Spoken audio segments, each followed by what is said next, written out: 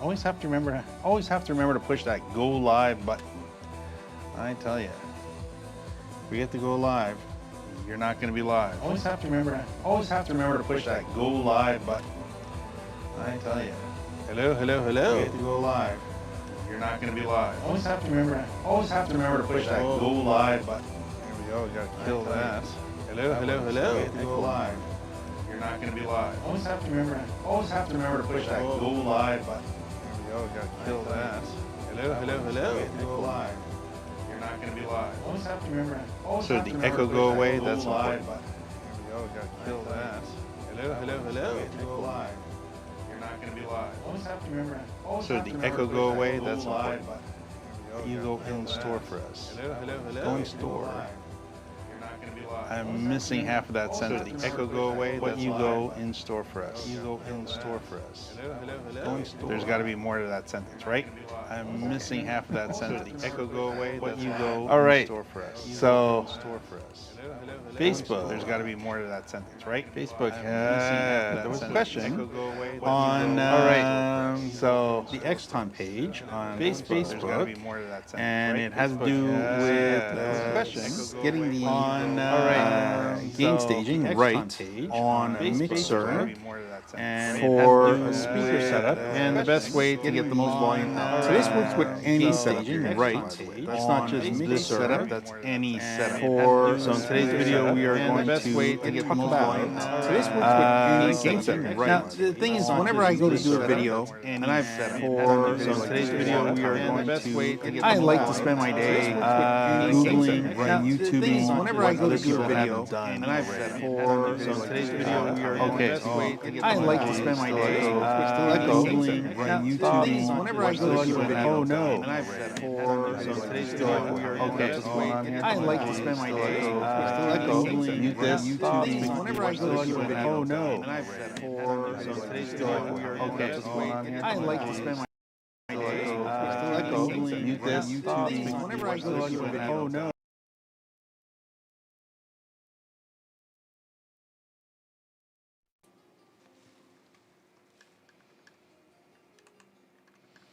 Did we get rid of the echo? It's on repeat. Is the echo gone?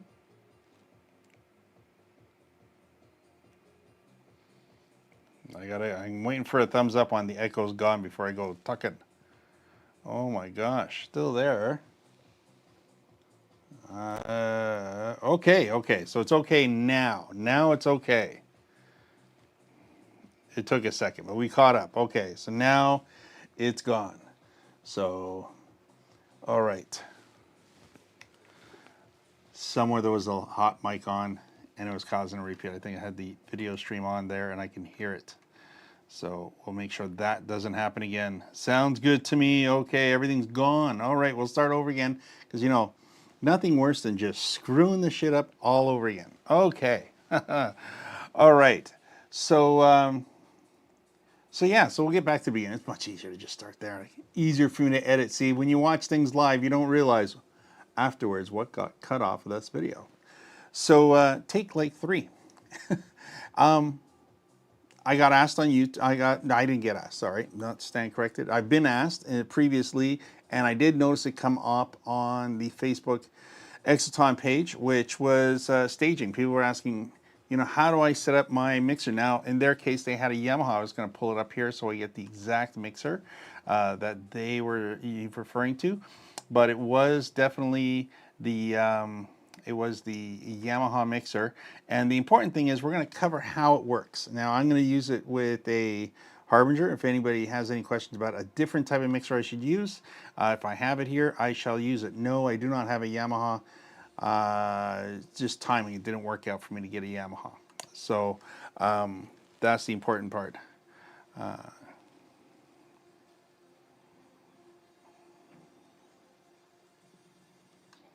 All right, but okay, loop's gone. That's all. Voice audio is good. Volume level's good. Is it loud? By the way, is my mic loud enough? Because I do have to run it off of there because today I do want to run this guy behind me. So very important. We're going to get to that part in a minute.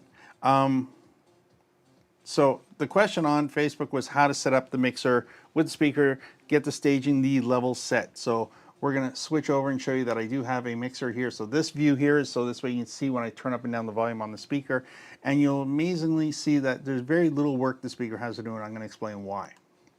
Now, this here is the mixer we're going to use, and I'm using Bluetooth. I've got 2 Bluetooth adapters, and it does have Bluetooth, but I just wanted to, this is going to represent your controller, your mixer, whatever you have for your equipment. If you're running a controller that you normally, because of some crazy wiring scenario, you like to hook up with RCAs, don't do it. If you have a mixer that has USB, use the actual USB, the sound card that's in the mixer from your software. Always better. Gone for me. Okay, awesome. So everything sounds good. Good. I know it takes like a minute for this to catch up on the stream. So we're going to use Bluetooth again. If you, and this is just for, you know, because I'm using my phone. I'm just, you know, royalty-free music going on. So this is going to replace the controller that you have plugged into your mixer if you choose. Now, if you're using an actual controller, you want to turn the speakers down and then turn the main master volume of the controller out. That's the output the controller is going to send out of the XLR cables or 1/4 inch that you're going to be using there to the speaker. The speaker adjustments are proportionate to the size of the room. And we're going to talk about how the levels get set up and why you don't have to crank the speakers to get all the volume. And maybe you feel like you're stressing out your speaker. Maybe you're not. We're going to cover that too. So let's get to the mixer first, and we'll work our way through it, because the most important thing you're going to want to learn is how to set certain dials so this way you feel comfortable at it. And if you, it's like you don't go out and get a license to drive your car. You go out and get a license to drive all the cars that are on the road. That's what we're going to talk about today. Not how this just works, your particular mixer, your particular controller, but how this shit works for everybody, and regardless if you're going to run a digital or analog system. So remember, the biggest difference between controllers and mixers is basically all the adjustments that you can do at a certain gaining level.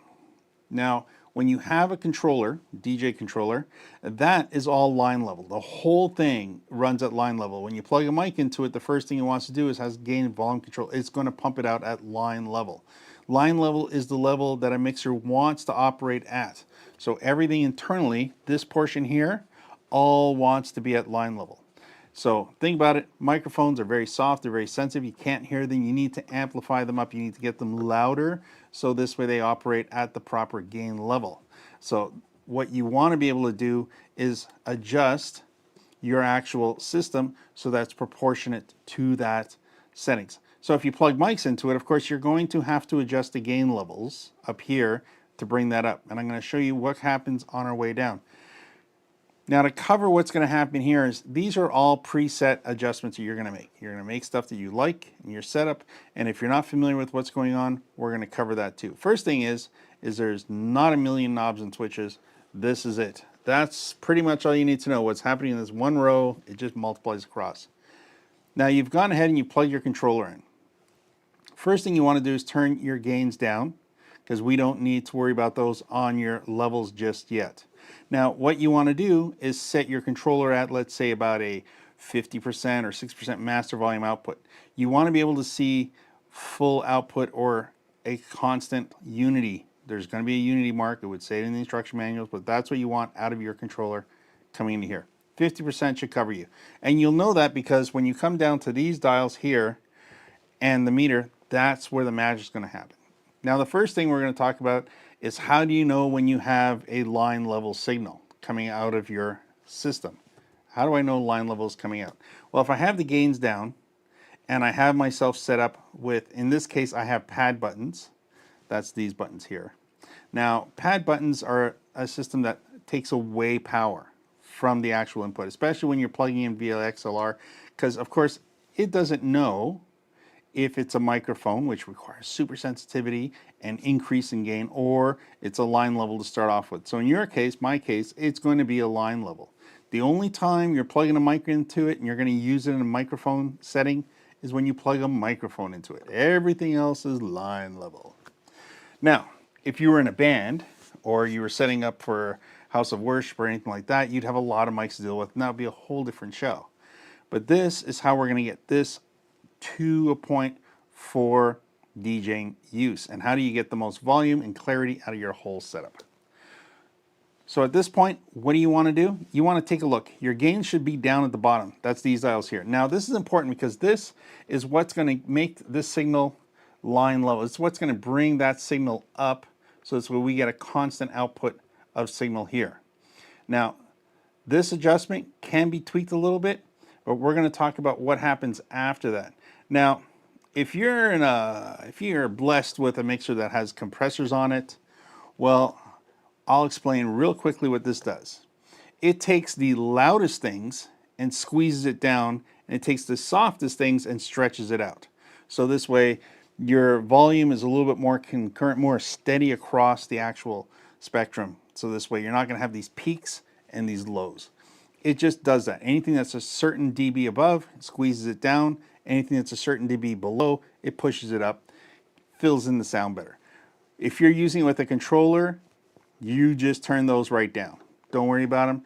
That's actually a waste of real estate because these actually cost good money. And if I was plugging mics in, I definitely would want them here. I probably would have pushed my controller to inputs like these guys over here, which are 1/4 inch. I would have gone balanced for my controller. Didn't really matter, but I would have gone balanced, and I would have put my controller in there. So, is that out of the way? That's out of the way. Good. All right. Let's make sure everybody's seeing everything. Yes. Okay. So, now what we've got are the inputs. Now this is going to be the fixed bass and treble that you're going to output. Now on the speaker, let's spin over to the speaker just for a second. Regardless what speaker you have. So if it's the Exciton, it's the Exciton. If it's any other brand, it's any other brand. The back of the speaker is going to have some inputs in it. May only have one, may have two. If you're only using one speaker, well then just plug the cable in. I'll show you how you can do it with one cable or two off of the mixer. Do I need to run stereo over to here? If I don't know how to get my controller in mono, which is probably just using the left XLR output on it, would automatically put it in mono. But if I'm not sure, then you're going to run the two cables just because you're not sure, or I'll show you how to do it on the controller so we can just leave everything and come out of here in one cable. Now, this is important. I don't need to turn up the volume on the back of the speaker, anything at all, except just a little bit here. And when you're actually setting up at a show, the only thing that should change from show to show to show is going to be how much volume you're going to pump out of your speaker. So for those who just want the magic answer, if you know how to get unity out of your actual mixer dynamically, which is going to be your line level output, then your speaker has a variable preamp control in it. That's why it has these two dials up there.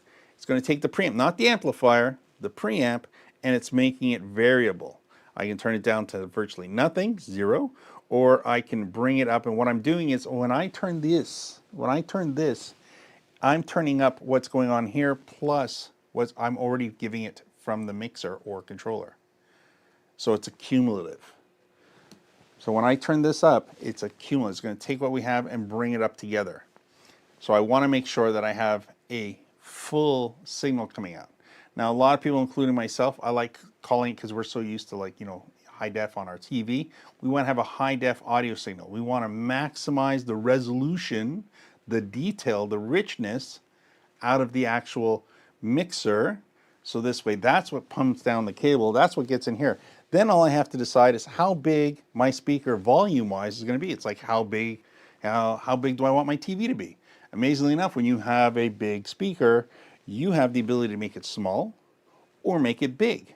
And that's what you're going to do right here. We're going to decide how big it is. It also controls the speaker's ability to be as quiet as it possibly can be when it's not doing much. Now, understand most speakers have main volume controls on the back. That means one for this channel, one for that channel, and that's it. The more premium products that you go out there will also have a master volume, a main volume output. And that is actually what's driving the mixed input to the speaker. So you're going to be turning that up as well.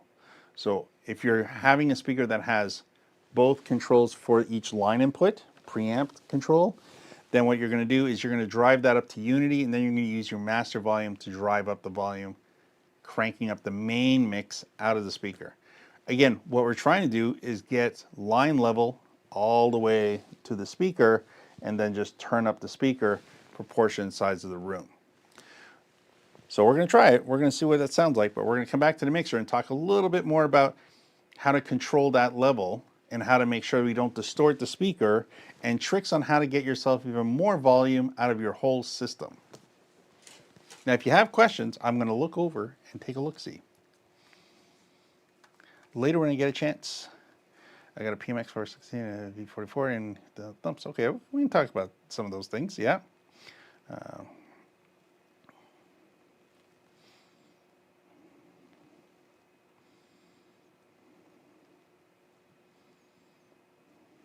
So I also have a comment, basically.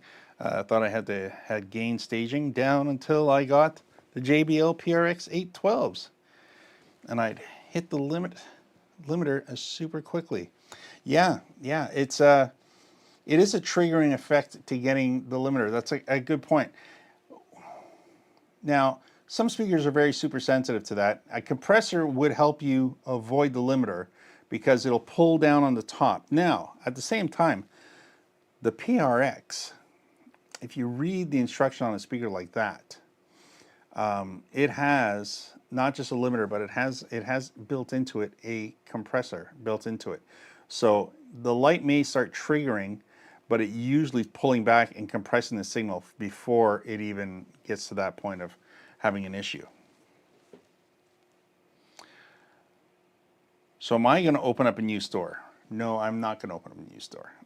We're working on some projects, but I'm not going to open up a new store. I would like to open up a new store, but something would have to happen in between now and then for that to happen, because that would be a lot of work. And I'm trying to avoid that. But we're going to, on the gear guys, we're going to have another announcement. So there's a thing going on that we're working on, and that'll be on the gear guys, but we're going to save that. So to consider that the tease for the gear guys, what we're going to do there. So let's get back to this for a little bit. No, we'll sidetrack again. I'm very good at sidetracking. But if you got your questions, drop them in there. I'll switch over, mumble a bit, and read the questions. So here we are, back to the controller. This again, our controller. We're pretending that these two Bluetooth dongles are the controller. They're plugged in. This mixer has pad options. So if you have a pad option, that, like I said, that just basically drops the actual gain to 23 or thereabouts, 23 to 26 dBs drop in the actual gain levels. So that's very, very important. We want to be able to do that so we can get ourselves to a workable level. We want to be able to work the level and get it there. So you would have pads down. Gain would start down. Compressors, if you have them, if you happen to be plugged in there, down. But normally I would have just plugged in over here and avoided it, but I don't have any mics, so I don't care. Now, at the same time, if you want to give yourself, if you have, let's say, some JBLs and they are clipping, or you have some Electro Voice and they are clipping, and you happen to have a mixer with compressors on it, once you see those lights start clipping, if you turn up the compressor, you'll see that clipping light will start to go away because you're going to be pulling off the top. Now, this is where you're going to find a lot of your clipping coming from, and if your system, if your speakers are starving for power, this is where you're also going to see it. If you don't set up your high, mids, and lows properly here, you're going to find yourself with a lot of issues. And it's usually because you're over throttling. You're putting too much gain into your system. Now, what does that mean? I'm going to play music here. I want to get this meter here bouncing, so hopefully I'll see that on the camera.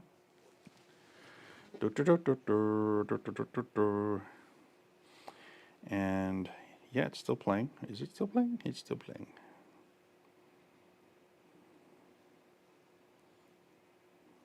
Okay. Supposedly, if I turn this up a bit.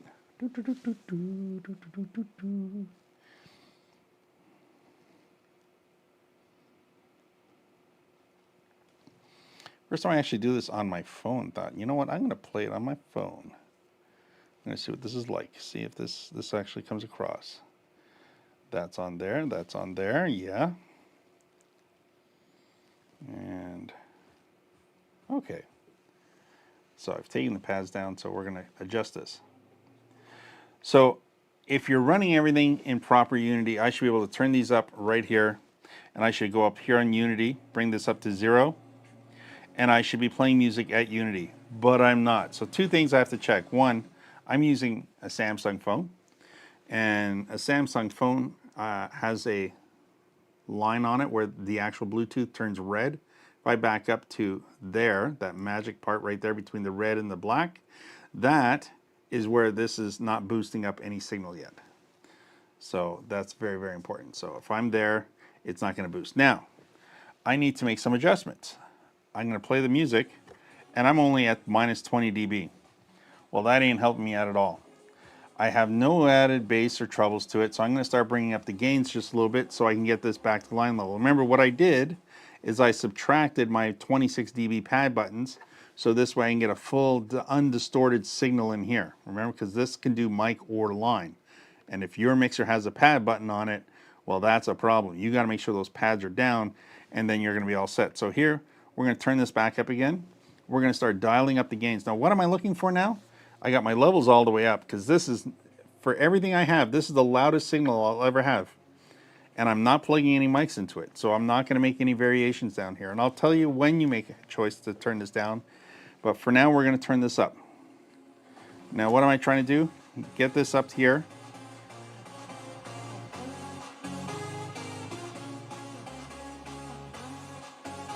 And I'm trying to get to a unity. Now, of course, I'm just doing this with music. Another great way to do this is to do this with an actual pink noise. So how would you do that? Well, of course, you'd do whatever Bluetooth you have, or you'd have this on your actual list and you can pull this up.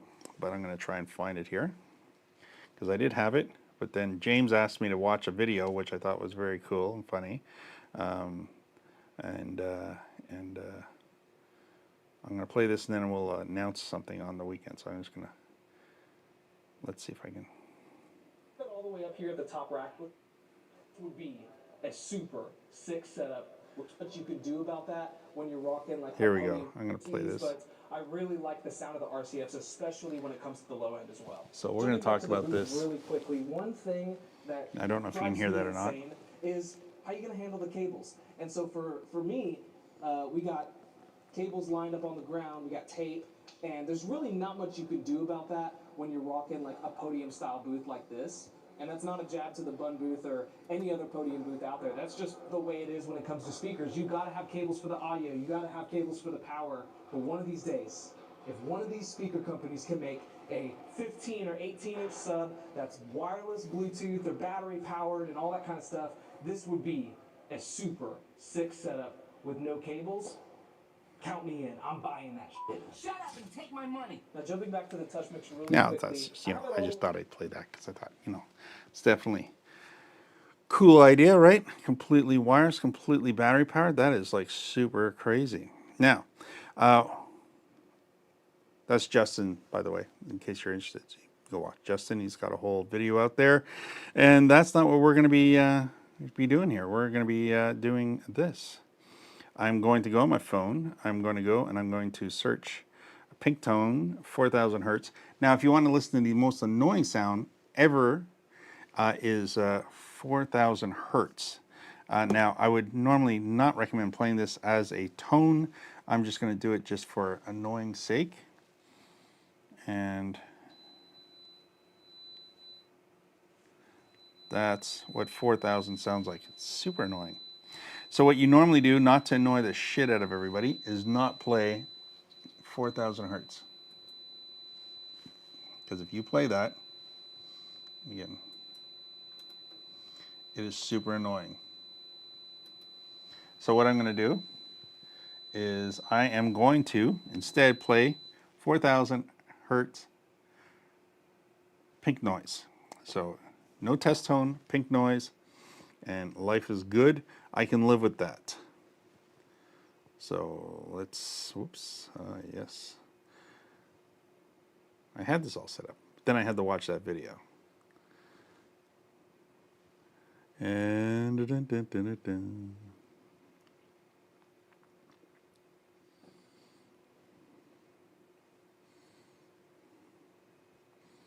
And here we go. And again, we're just going to make sure the volume is set to right where we want it. So that's pink noise. We're going to make sure we're mute across. And then what I'm going to do is I'm going to use that as my actual reference to adjust my levels. So the idea is I'm trying to get to 0, constant. And see, it doesn't matter what the volume level is here. I can turn that down. It's not the important part of this. The important part is to see what's going on in the mixer. Again, my gains are set to full because I have nothing else plugged in. And now I'm just going to tweak this until I get both sides to a happy spot. And it's like whoever recorded this did a shit job. You know why? Because his actual other audio is not the same. They should be the same and they're not. So we're going to find a different one. And there we go.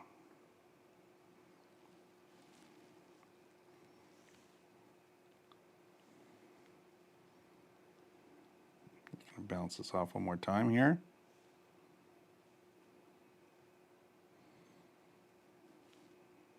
And we're going to get these. So that one's really, so what I'm going to do is I'm going to switch the channel over. So this way they're both on the same.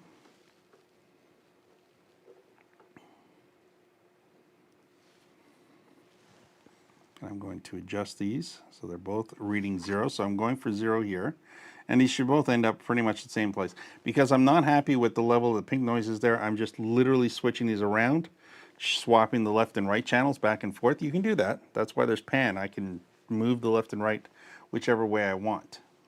So here we're going to find out that if I'm at 12 o'clock, amazingly enough, my levels are at 100%. My pink noise is exactly where I want it to be. Constant at 0, flickering on 3.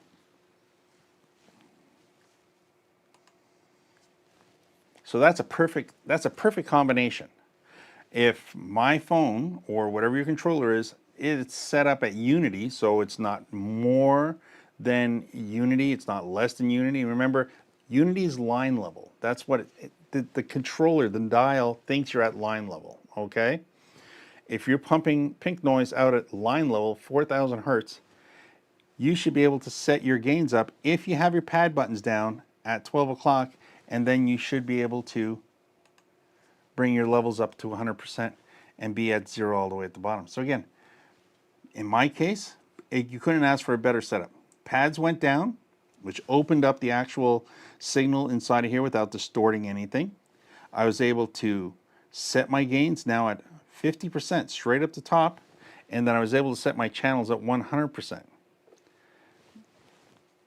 Add the actual main out at 0, and I'm floating exactly where I want to be. This couldn't get any better than that. You couldn't ask for better. Now, this is where your problem comes in. You've done all this work, and then you decide to play around with your highs, mids, and lows. And most people don't realize the dials also turn counterclockwise. You can actually turn them down, not just up. Because the second I turn them up, watch this. I'm going hot right away. Hot, hot, hot, and eventually I'll just clip it out.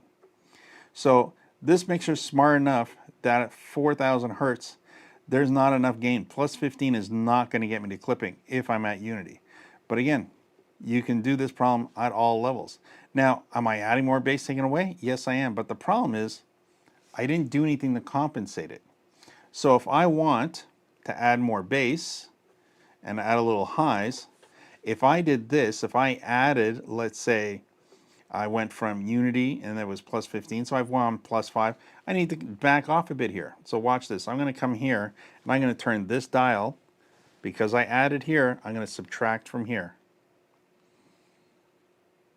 Now, that's one way to adjust it. Notice I didn't take it away from here. I used to take it away from here. But then I realized what I was doing is I was taking away the full high definition gain, the high definition sound of the audio. I don't want to mess with that signal coming in. I want to keep it as rich and as full as possible. So I keep those right there. This is giving me my unity. This is giving me my line level, and this is why the mixer's so happy right now. Because line level makes all of this work like magic, and you lose no audio quality at all when you do that. So that's a big, big win on that one part alone. So when you move down, you're going to find some other options on a mixer. You're going to find the fact that you have balance, which is what we've been playing around with a lot. Now, balance allows me to do all kinds of things. I can play the whole system in mono. I can play it in left and right stereo. I can actually cross my left and right the other way if I want, and that'll all reflect off to the side. Now, mixers also have right down here a clipping light. Now, even though I've done this right the whole way, if I push this too much, I'm going to start clipping on the bottom. Now I'm going to have to really compensate. Like I've lined that up really good. Oh, did it stop? No, it's going to, but we're going to play this back. We don't need to hear it, we just need to see it.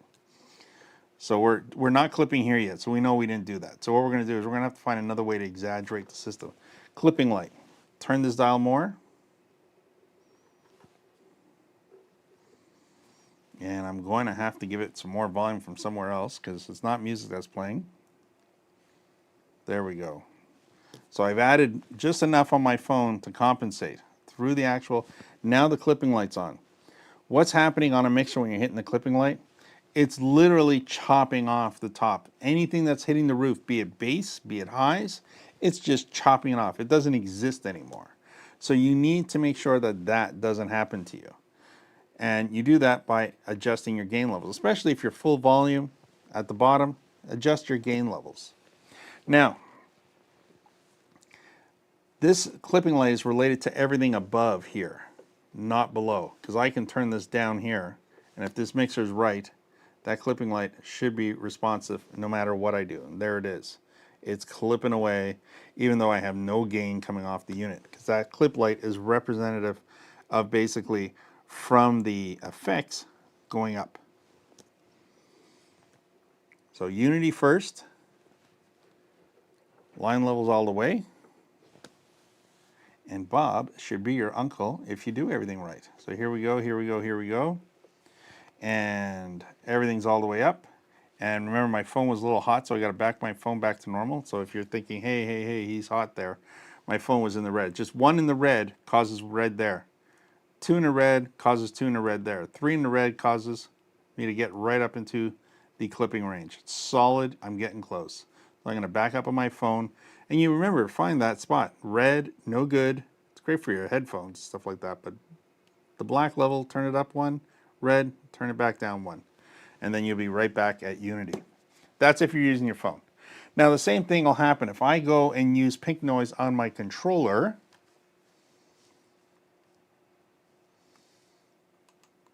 So if I use pink noise on my controller, I'm going to do the same thing. I'm going to want to look at the actual LEDs on the controller. I'm going to want to drive those LEDs, use the slider to bring them up, bring up the signal on the controller so this way I'm seeing unity.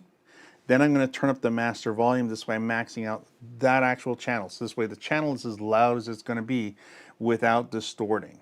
Now that doesn't mean you're going to start playing songs. You're going to have songs that are above. Today, everything is cranked up so loud on the compressors when they make digital music. So if you play EDM, if you look at the audio track, it's just a big blur, just a big fat blur playing across. If you play something from the 1970s, you're going to see that one, it's so much smaller and it's so much more defined. Now, if you want to do something for fun, is try and find, let's say, take the Beatles. Enough of the Beatles. Take the Beatles and find something that hasn't been remastered. So find something very old, something that's just like an old album format, not remastered. Play it, you'll see how small the file is, and you'll see how quiet it is when you're playing it back. Then find something that was remastered in the last 10 years, like 2010, they've got remastered versions. When you play that, you're going to hear, one, it's so much louder, and two, it's just full. The entire audio, they just cranked up the actual compression on the whole thing, and squeeze the crap out of it so this way you can get the bottoms as loud as it is and the tops as loud. So you're getting everything close to the limit.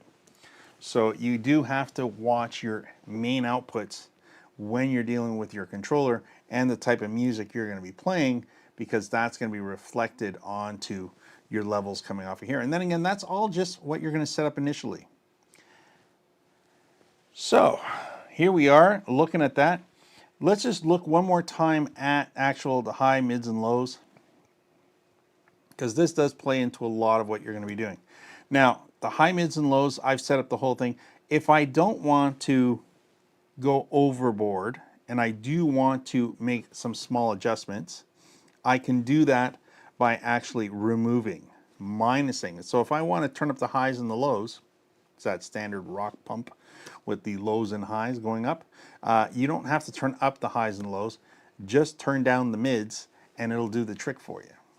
So simple as that. Turn this guy down a little bit, and that's just like turning these two guys up. Because if I proportionally turn this up to +5 and that up to +5, I'm basically, both these are 5 higher than this. So I can simply do the opposite. Don't touch that and that. Bring this down.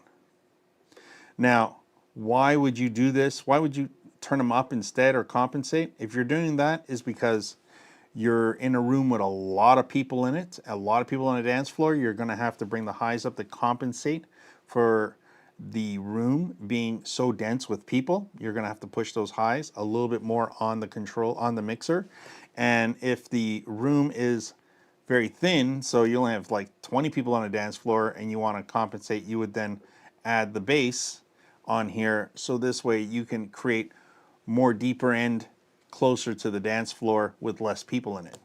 So that's what I would do there.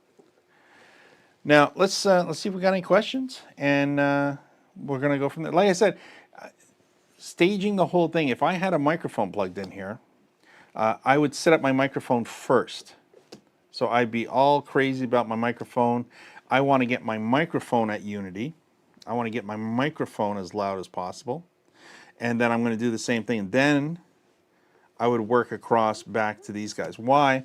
Because what happens is, if you're ever going to mix the music and the microphones, you want to make sure the mics equal the actual music. And that way you're going to get the most out of your actual microphone and the most out of your music.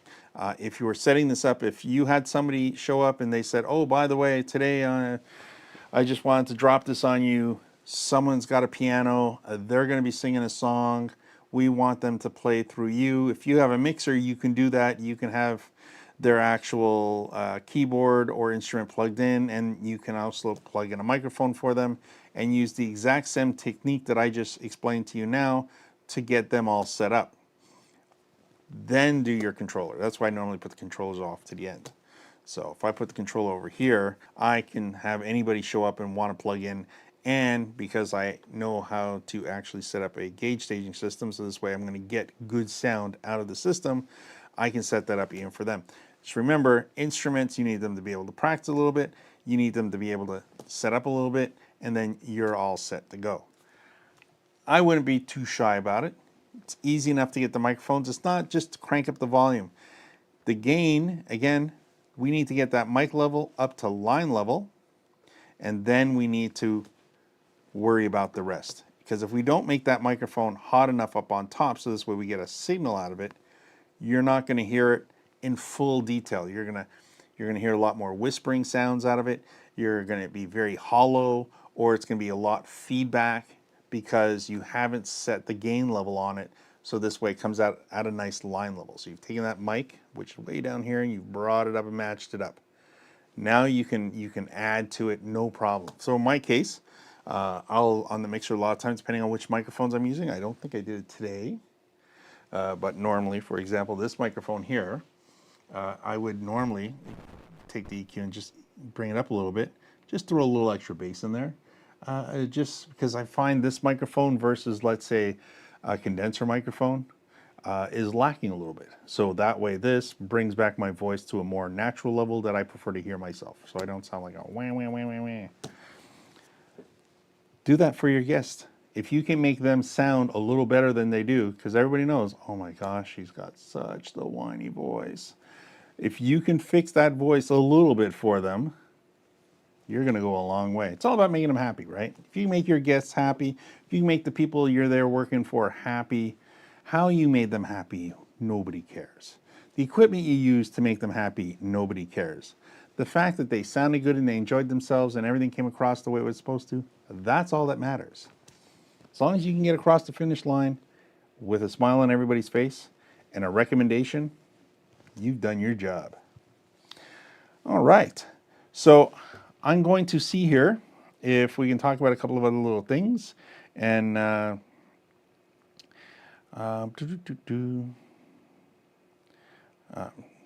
so the echo, by the way, is all gone, right? We've fixed that. That's all gone. That was a long time ago.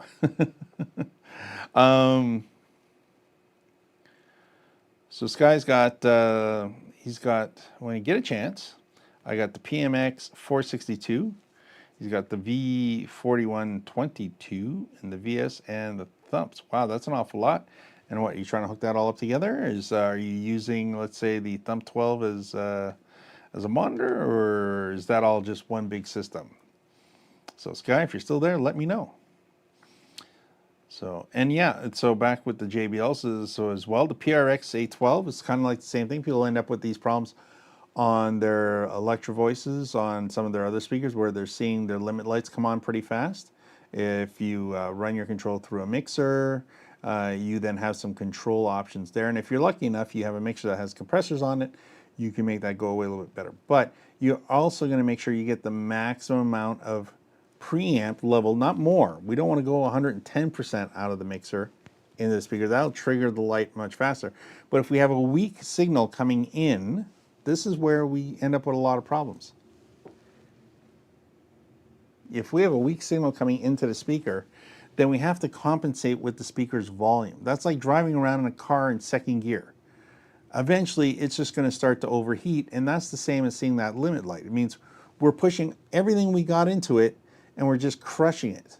And the speaker's not happy at all. And that's where you're starting to see that. The processor, the computer on board, is just getting thrown off with the actual preamp and amplified system going into the speaker. And that's what's triggering it all. Definitely practice getting the actual mixer or your controller to output at that actual line level. And then, like I said, if your speakers are only turned on 35% because of the size of the room you're in, because you've got two of them, that's good. If you can actually turn one speaker down and turn the other speaker up and be able to offset the entire room with that one speaker, then in case of emergency, you've got the right size speakers.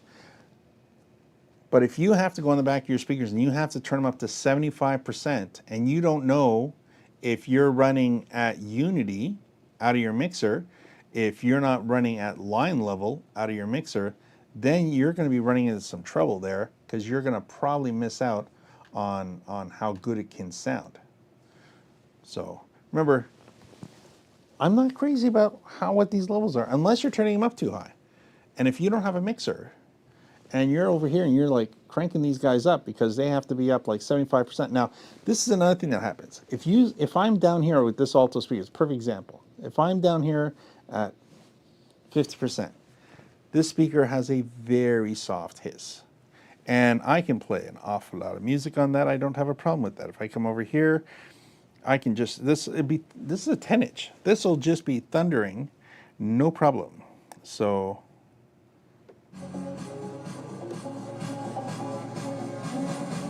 I have no issues. I'm going to just hit this button here for a second.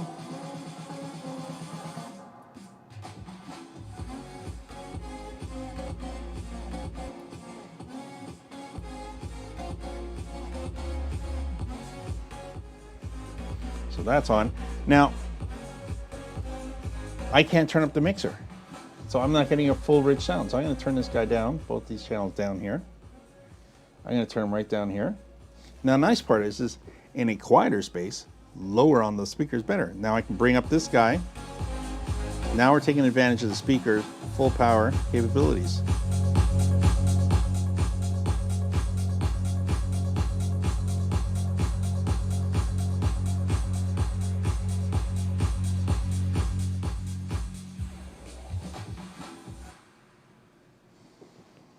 So this is what you're going to end up with. I'm going to just make sure this is on so this way we all understand what's going on here. I'm going to turn that down even a little bit more this way. So now I've gone from playing my pink noise to playing my music. So here you're going to see gain levels stayed right where they are. But now I have to manage my actual signal levels coming out. Now I could have done that one of two ways. If I have microphones in here, I wouldn't be touching this. I would just be bringing this guy down, and that would basically be driving my levels. But because I have nothing else hooked up into here, and I'm not setting this up for a band, I can just drop these guys back. So what I'm going to do here is I'm going to bring this back up to unity. This is my music. I'm going to find something that I think is probably a little bit more impressive here for this. And I don't know, maybe this guy here.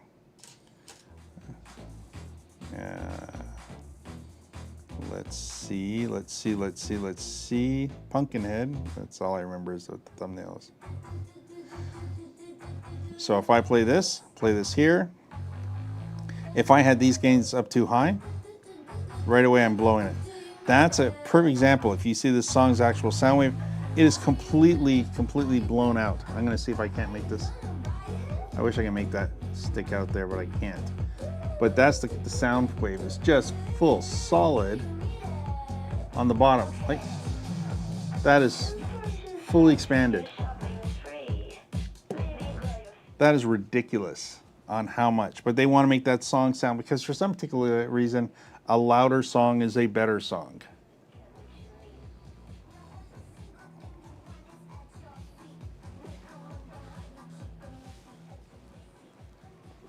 So now you're playing some music, you're coming here, you're making those adjustments. And again, you can either adjust it right here, which I don't think is really the way I would want to do it. I would just bring this down a bit and make sure that I'm staying now dynamically. I have no problems, everything's set up. And now you turn up and down the speakers.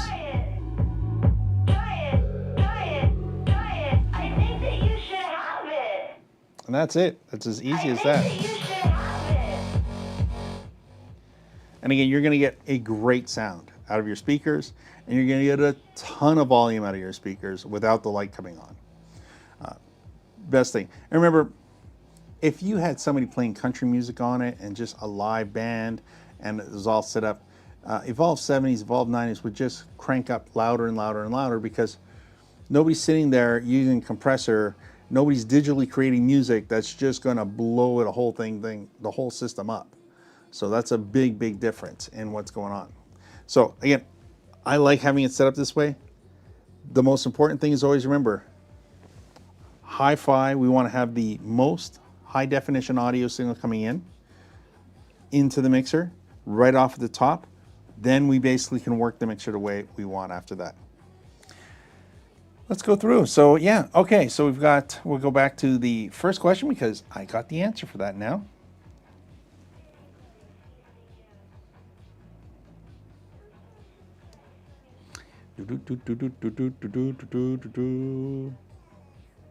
Yes. So the question is, yeah, if you're looking at a PMX 462, so basically, again, the mixer, the speakers, it's a very specific question because we're talking about a specific mixer. Now, did I give myself the ability to pop open the screen here? I'll see if I can do that. And I can see if I can pop away to something else. PMX 462. I'm going to try and remember what that is. PMX 462.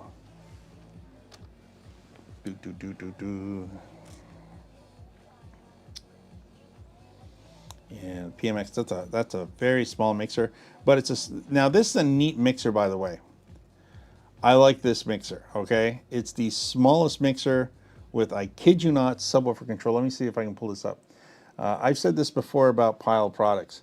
The guy who's in charge of their audio mixers is probably the smartest guy at Pyle.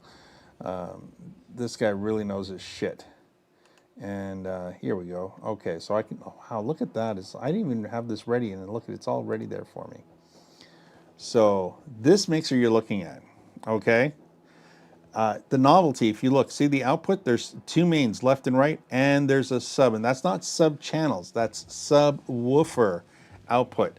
So the whole thing runs in mono, so it's not a stereo mixer. This thing is intended for house of worship, halls, stuff like that. We're not playing around with stereo signals here. We're just going straight mono with the system, which is fine. If you're using it at home, then you're kind of in mono, but if you're using it anywhere else, hey, this is badass. Now, what I always thought was curious is that you can plug your computer into it, and I wonder if that channel would be stereo, because it does have the ability to do that. So that may be stereo if you're running it as an audio interface and plugging into it. Because it does have left and right out, right? So it would make sense. But that would be the only thing that would be in stereo would be your music. Now, this thing, the subwoofer, it gives you sub control, and it gives you your left and right main outputs. Now, if you're hooking this up to two different types of speakers, which I've seen people do, and it's you know, it happens, it works out that way. Unlike a home stereo where your left and right or your audio system needs to be matched and spec perfectly balanced together so you can hold in the third corner and you'll make it through. It doesn't have to be like that. Now, if we go back to the question, and I'm just going to see if I can't find that. Bear with me a second. I don't have an issue. I'm going to work it one at a time.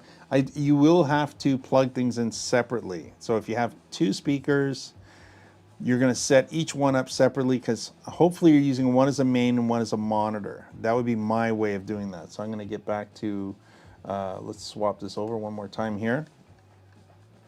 So if I'm setting up, let's say I'm making a karaoke system at home, or I'm setting up a karaoke system for somebody. This is the number one reason. Or you're setting up for a small rehearsal space. I always use The Voice as a perfect reference. The TV show The Voice, at some point in time, everybody's watched at least one of those episodes or seen it on YouTube. I'm old enough to say that I used to watch it on TV a long, long time ago. When it first started, it was interesting. Then it kind of got stupid. And so if I was to take this, I'm looking at a V4122 and a VS18. Of course, I'm going to hook up the subwoofer to the sub out. And I'm going to hook up one subwoofer. I'm going to use the thump as my main. I'm probably going to use the V4122. 4112, I think, is what you wanted to say, right? 4112. Sorry, I'm going to switch that around. V4112 is my main. That's the speaker I'm going to have far away. And then I'm going to put in front of me the thump 12, closer up. That would be a perfect combination. If I had the thump sitting like a wedge on the floor off to the left or right of my entertainment space, and then I had the 4112, which is a very powerful speaker, upright on a stand if need be, and set it up that way. Now remember, people ask if you're doing small setups. So if you're doing a house setup or anything, you're not using line arrays, your speakers, if there's not a lot of people, if they've given you an open space to be in, and you're just there to entertain the guests as background music, your speakers don't even have to be on stands. They can be as wedges on the floor to the left and right of you, and then they're going to push the sound up and reflect off the ceiling, because in a house, the ceilings are going to be like 10 feet or less, 9, 8 feet, that sort of thing. So reflecting the sound up and down. The only time you need to put them on stands is if you have so many people in a room. If they give you this large friggin' open space and there's so many people there, then you put them on stands if you don't have line arrays. Main reason I have line arrays is to go in somebody's house, that's for sure. But I would have no problem setting up speakers. Everybody's like racing to put them on the stands. If you set up as wedges on the floor, the sound's going to travel up and then down again. And again, if you have a proper ceiling in a proper space, you're going to be okay with that. It's not going to be a big deal. Let's go through a couple of these. Okay, yeah, we got so JBL. We went through that. Yeah. Was I opening up a new store? We talked about that. I'm not going to do a store thing. I'll probably do something else besides a store. But this isn't good enough. I'm like just going crazy on YouTube for some reason.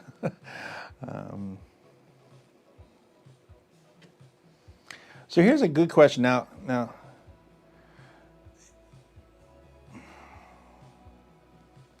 it's not that. It's always yes. Okay. The question, the statement. It's always thought that XLR. The best way to go is XLR from your controller to 1/4 inch TRS on your mixer. that is, if that's the complete sentence, which is exactly what I'm looking at there, that is a true statement. Now, if you're within, let's say 10 feet, they can say 15 actually, but you know, if you're 10 feet or less, you can use unbalanced cables. It's not like you're setting up a console with 50 wires dropping off of it and all of that. The wires, they're not there, okay? You're not gonna have cross noise, RF signal problems, stuff like that. You're more likely to get bad RF if you're using Bluetooth dongles or stuff like that next to it. So if you go TRS on everything, absolutely amazing. You don't have to worry about shit. It just works. TRS and XLR is the same. They're both balanced connections, and you're going to be all good with that. So for sure, cables are great that way. Now, again, if you have a mixer and for some reason if it's old school, okay, and old school, I'm going to bring this up here. I'm going to find we're going to use this as a good example, and then we'll go back to, I'll find a bad example of a mixer. So this is a good example. This is a combo jack, okay. So I lost my mixer because there we go. So here we go. So this is a good example. This is combo jacks, okay? So this means it has 3-pin and it has XLR in one. It'll switch between balance and unbalance. And this uses a gain system to allow you to control that. Now, it does mean that the XLR is most likely always a mic input, and the 1/4 inch is always the line input. If there was a pad button here, then they would both be considered a mic input or a line input, and you just press that pad button to drop the gain back. That's why the pad button's there. When you look at this mixer here that we have here, then you're gonna see, well, let's get this mixer here. There we go.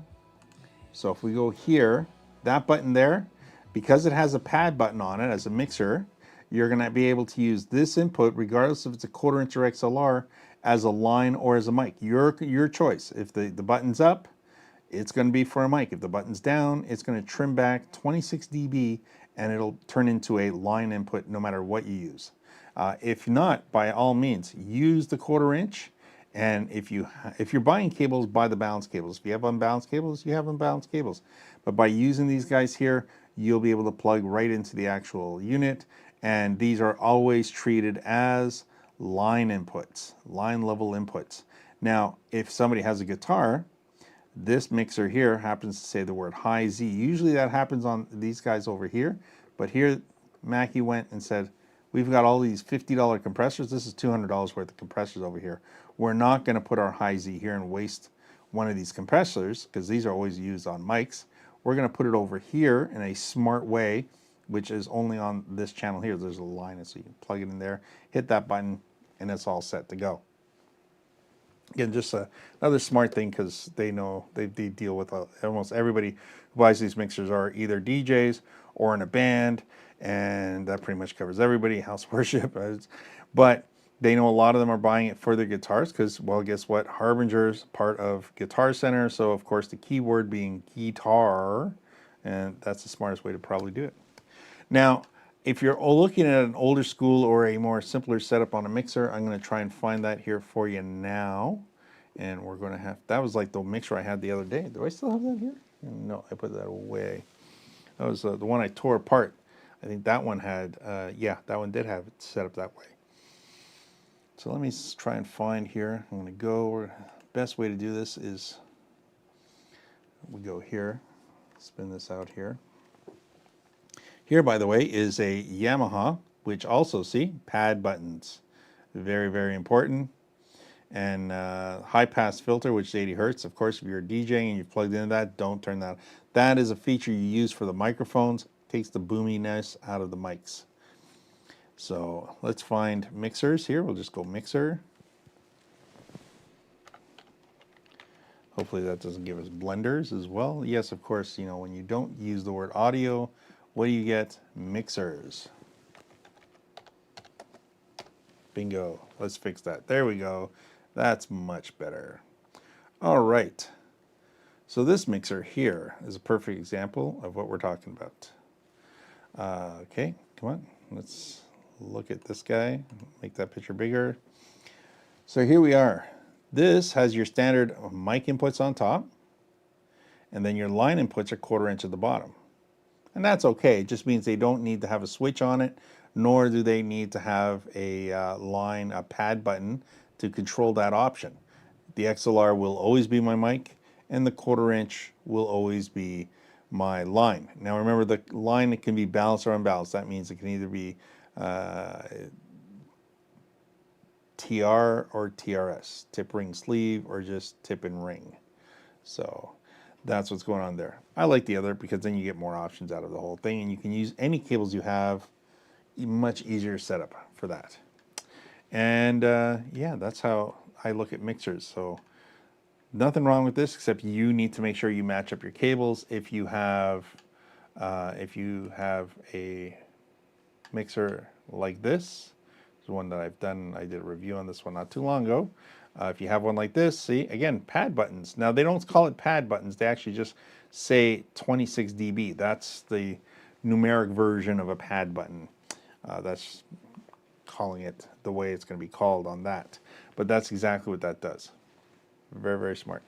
And yeah, so there we go. Where are we up to now? Let's go back and cover some more questions and hammer away. If you've got anything, or if you missed any part of the show and you've got a question about what we're talking about and you think I missed something or you didn't hear it, by all means, let me know in the comments and we'll cover it back again.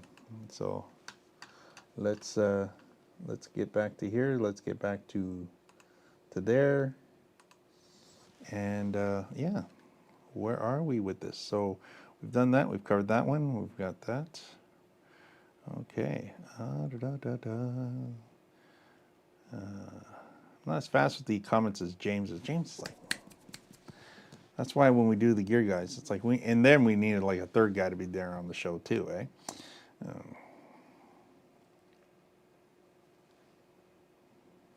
And I'm just going through the questions.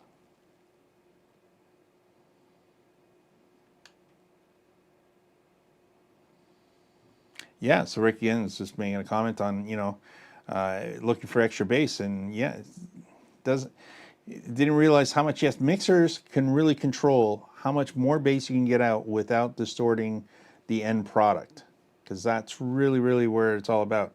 If I want more bass, maybe I need to just pull away a little bit on something else. To pull away a little bit, then you can add a little bit more in there.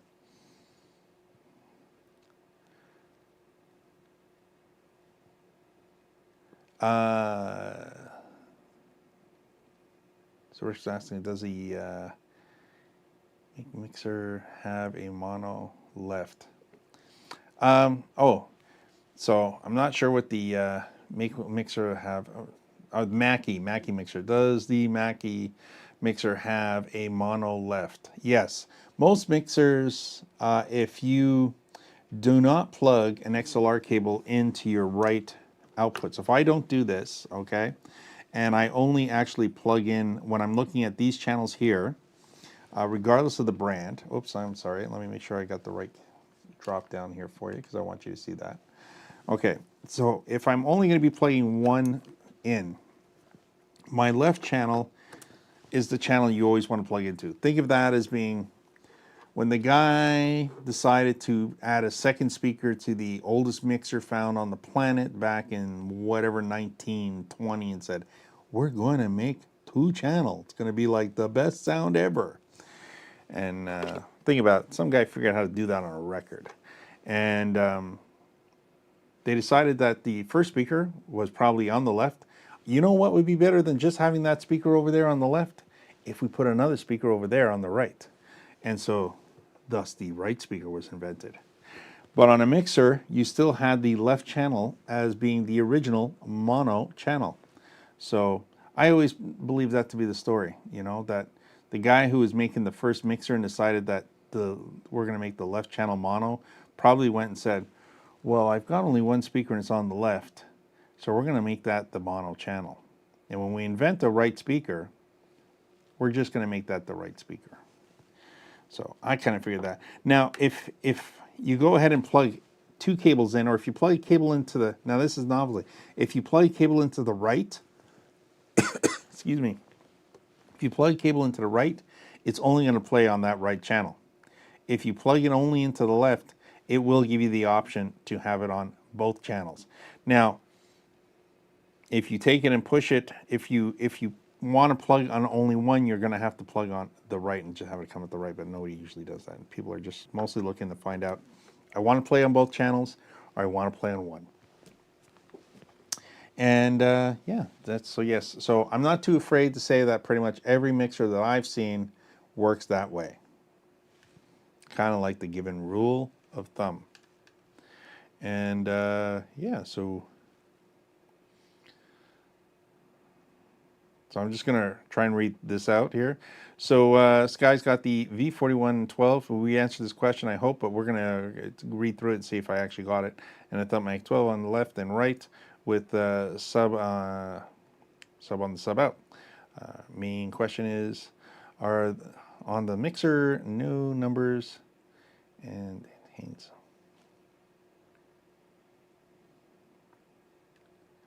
Okay. So he's worried about, now it has lights on it. So if you want to run a mixer and you can't really, some mixers have like only 3 like lights on it. Like they're like shit. Not they're shit. They're just like small. So small, it's like saying beginner. It's not. It's just small. So it's got 3 lights on it and you can't hardly tell. You've got like Unity and that's it. And then it's like, you know, -20 Unity and then, you know, +6 if you're lucky.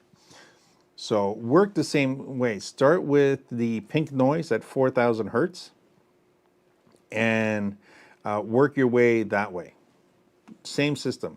Let that play through on your phone into your system. Make sure your phone's not set above Unity, so make sure the Bluetooth is blue or black, not red. And then set your gain levels, and then you can set your levels at the bottom, and then you can come across and hit your masters. Then you can turn your speakers on and everything. Everything will be fine up to that point. And then, like I said, you may have to, depending on the music you're playing, your music may be way beyond Unity, so you'll just turn down the actual channels a little bit, and that'll just smoothen everything out. I'm always interested about what the lights are doing. That's why the lights are there. Most people just think they're there for show. They serve a very important purpose.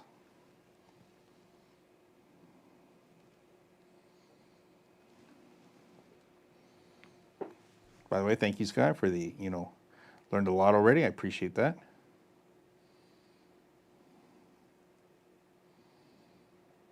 A commercial cut me out. Really? This goddamn, I have that on set on like, being fair and balanced as commercial ads go.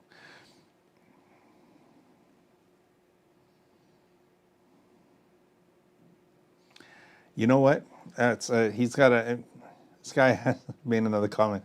It was the ding dong bings and the beep boop of your phone. You can turn all those off on Bluetooth, by the way. So when you have a Bluetooth, your phone will still do it themselves, but it won't go through the Bluetooth. If you go into the settings and the audio output options, you can turn all the phone noises off, and then the Bluetooth will just have the audio playing for the music. So I learned that a long time ago because, of course, when I have my store, I'm demoing all over the place and I'm running around with my phone playing music on all the speakers because, the speakers had all the stuff, but there's like speakers scattered everywhere on display everywhere.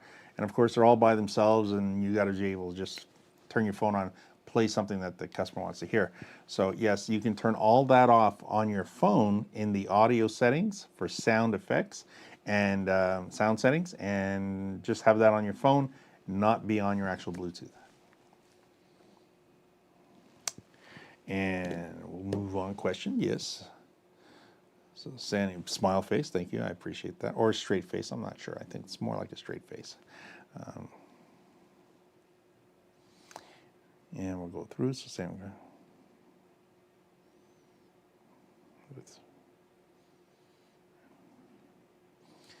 Sam's got a Yorkville ES12 subwoofer. That's a very beastie type subwoofer. Anytime you hear somebody say they got a Yorkville, it's like they went out and bought themselves like a Humvee. So he's got quite the setup. He's got the QSC KS 118s, Sherwin Vegas. Sherwin Vega is like, we'll call it like the Audi to Volkswagen. So it's a spin-off line from Yorkville. Sub over. Yeah, see, just boasting the Yorkville's a beast. Yes, it is. If you're in the States, it's very hard to see Yorkville. If you live in Canada, it's very hard to see every other speaker because Long McQuaid basically owns Yorkville, and they're quite the opposite of Guitar Center. They basically put their product out there, and their product is good, but it's a little rich. It's a little expensive. It's in the upper mid price for price point, so it's a little expensive. But it's very powerful stuff. They're not shy to do that. So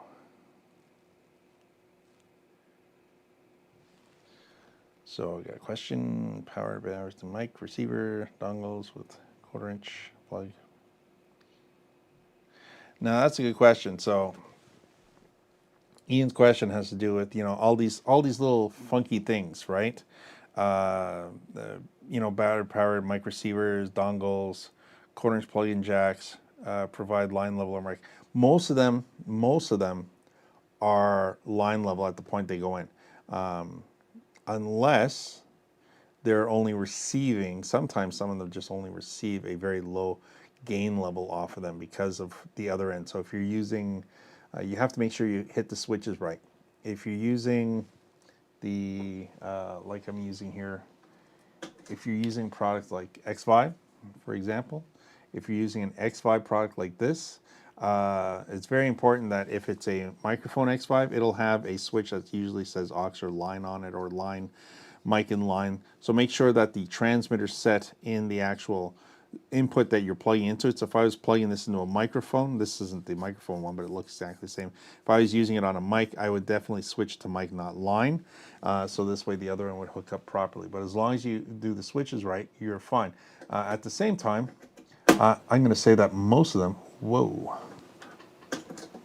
it's that was a really quite the punch there. All of a sudden my headphones jumped up big time in volume.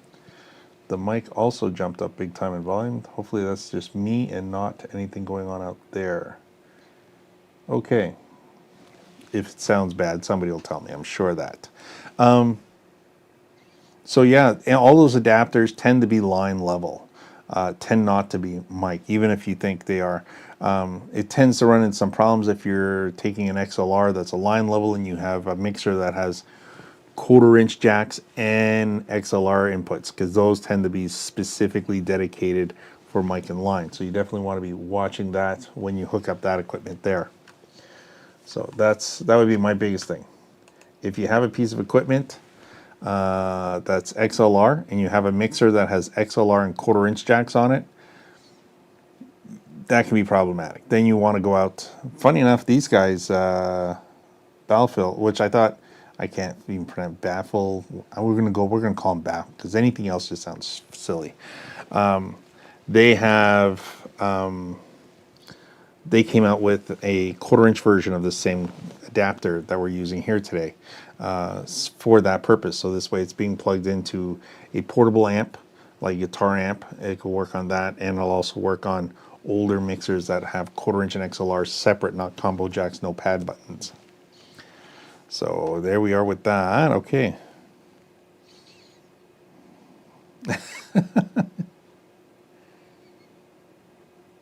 Another ad cut Sky off again. Hey, I have no control over that.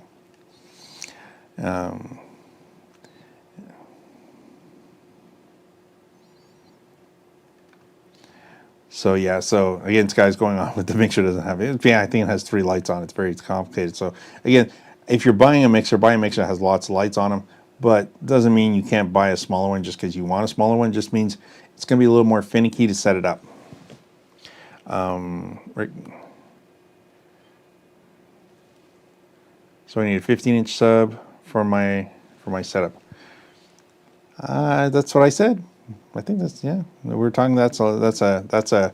He's trying to test my memory from like multiple videos. Yes, that. And did you go? Hopefully, you went to Guitar Center and listened to the MLS 1000s.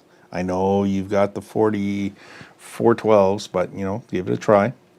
Daniel's got the XLR 1503s. So what are your thoughts? Daniel, are you new to the channel? No, I'm just joking. Talked about it many times. They're better than just bang for the buck, because a lot of people like to say for the buck, for the bang, for the dollar, for how much you spend.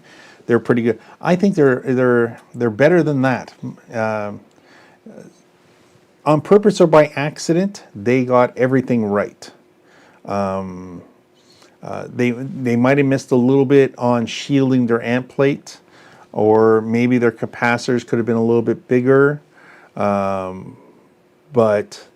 I mean, it's not like the things that I consider to be subtle issues, and I'm talking subtle issues, are very bad.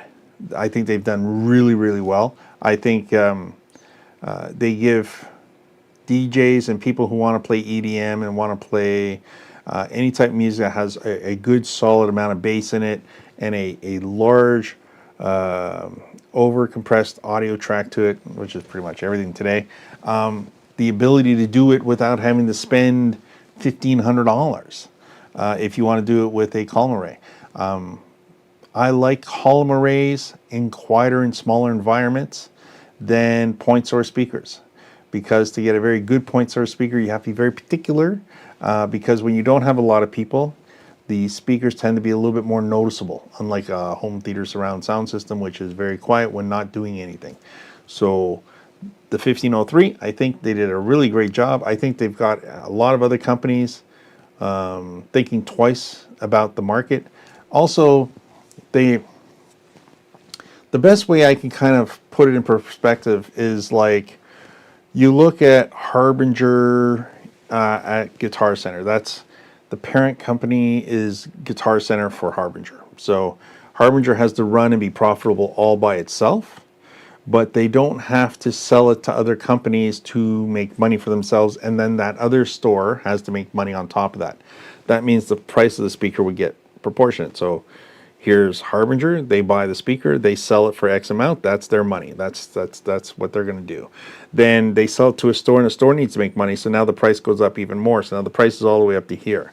From what I can figure out when it comes to the 1503, this is a company overseas who have decided, instead of waiting for somebody to decide they want to import the product and then sell the product, and of course that means they're going to have to make some money, then the guy who buys it, a company who buys it, is going to want to make some money as a brand. So that stacks up. I think they're cutting that person right out. So they're taking a speaker that should be $799, $899, and they're selling it for a lot less. I think they're selling it a lot less than they should be selling it for. But I think that means that everybody who's buying it is getting a pretty awesome deal on it, which is probably why the white costs more than the black, because the black is the bait you in. They get you with the black. That's the bait and switch is, well, that's a crazy ass price for the black set. Maybe it's $50 or $100 more for the white one, but man, the black one's so good. But I want white, so I'm going to pay the extra $100 for that, and that's where they're going to start making their money back. So I don't think you're in a pretty much of a loss. Unfortunately, the problem is that we don't have time history. Like if you talk to me about Harbinger, if you talk to me about RCF, if you talk to me about QSC, if you talk to me about any brand out there, I don't care what brand it is. If a Mackie, if the brand's been out there, I can give you some history on the brand, right? I can tell you some history stories about Alto, or some history stories about Electro Voice or Mac, but I can't give you any history on Exoton. So it doesn't mean that it's bad. It just means that we're making history as we go now. So every time I talk about it and ask people questions like, how long have you had your speaker? How's it sounding now? Do you remember what it sounded like? You're the people who are making the archives. You're the history makers with the product. So that's very, very important. What I'd like to see more people do is people who own it take the speaker, turn it off, well, have it on, no music playing, record it from top to bottom with your phone about 1 foot or 2 feet away, just so you can still hear it. You want to hear the standing background noise of the speaker as you go down the front to bottom, then back up again. Save that. Then 2-3 months later, do it again, and then 2-3 months later, do it again, and then you can get a comparison. And then now we have a history of what that speaker can do. I'm not afraid. I think most people are very happy with it. I think most people are working them pretty hard. I always joke about this. DJs are less like marathon runners and more like NASCAR drivers. They have all this equipment that sits at home all week. They take it out on the weekends, do a job, do a gig, and they go from 0 to 200 miles an hour for 4 hours, and then they put it away for a week. And talk about stressing out equipment. So it's asking an awful lot of the gear. It doesn't matter what gear you have. You're putting it on. So there we go.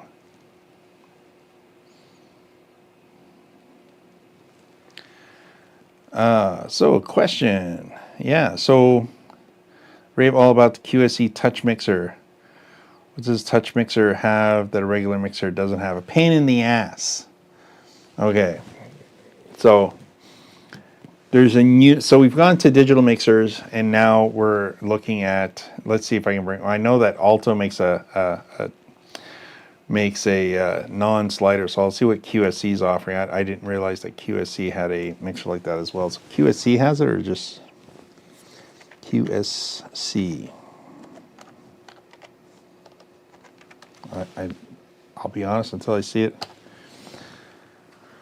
Okay, are we talking about this guy here? I'm going to pull it up here, and I think this is what we're talking about. Red One, welcome to Canada. Okay. I'm going to pull this guy up here and see if we can get this to go up on the screen here.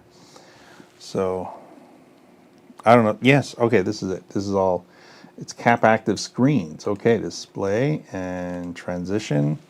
And yeah, so here, you're putting your fingers literally on the screen and you're sliding it.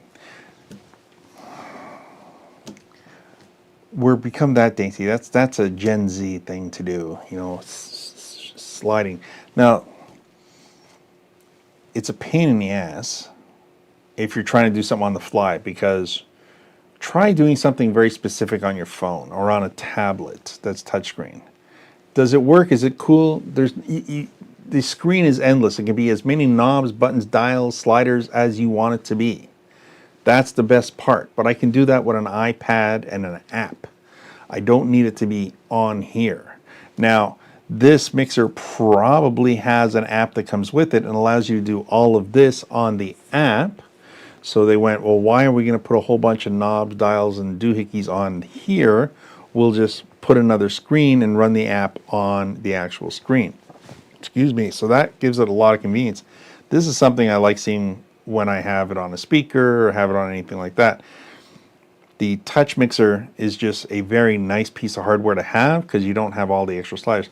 If it doesn't break, it ages very well because sliders, knobs can pick up dust and static and dust in it and things like that. So if we're going to give it that, also you can put a lot more little extras in it. Now, I'm looking at the price. So I'm going to assume it has compressors, all digital electronic. It's all done digitally today with these things. They're all built in. The little chips are all in there for multiple compressors. And it probably has gain. It has probably gain switches on it. Gates, noise gates on it, which basically if the system's very, very quiet, like the volume's very, very low, it just shuts off and it mutes it. So this way you don't hear anything.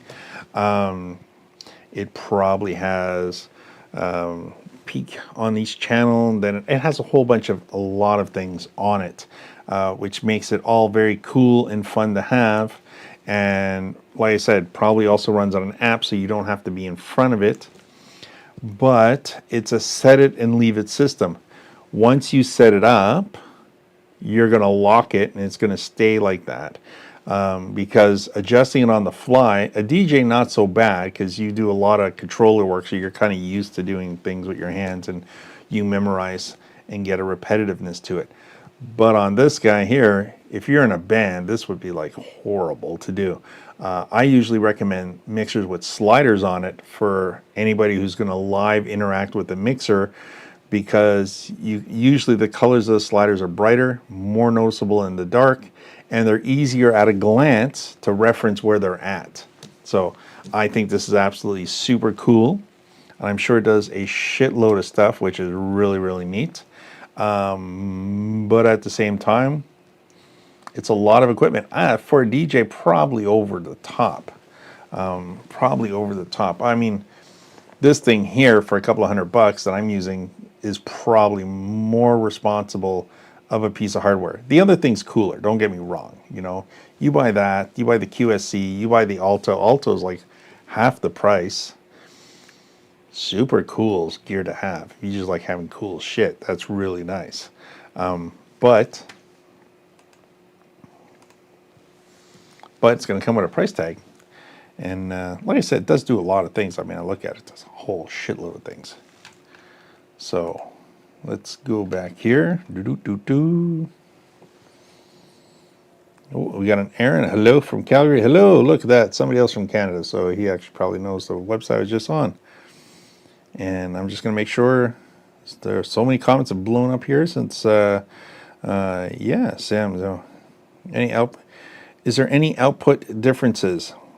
So on a mixer, output differences, it's not that they're different, it's how you would use them and the opportunities you would get.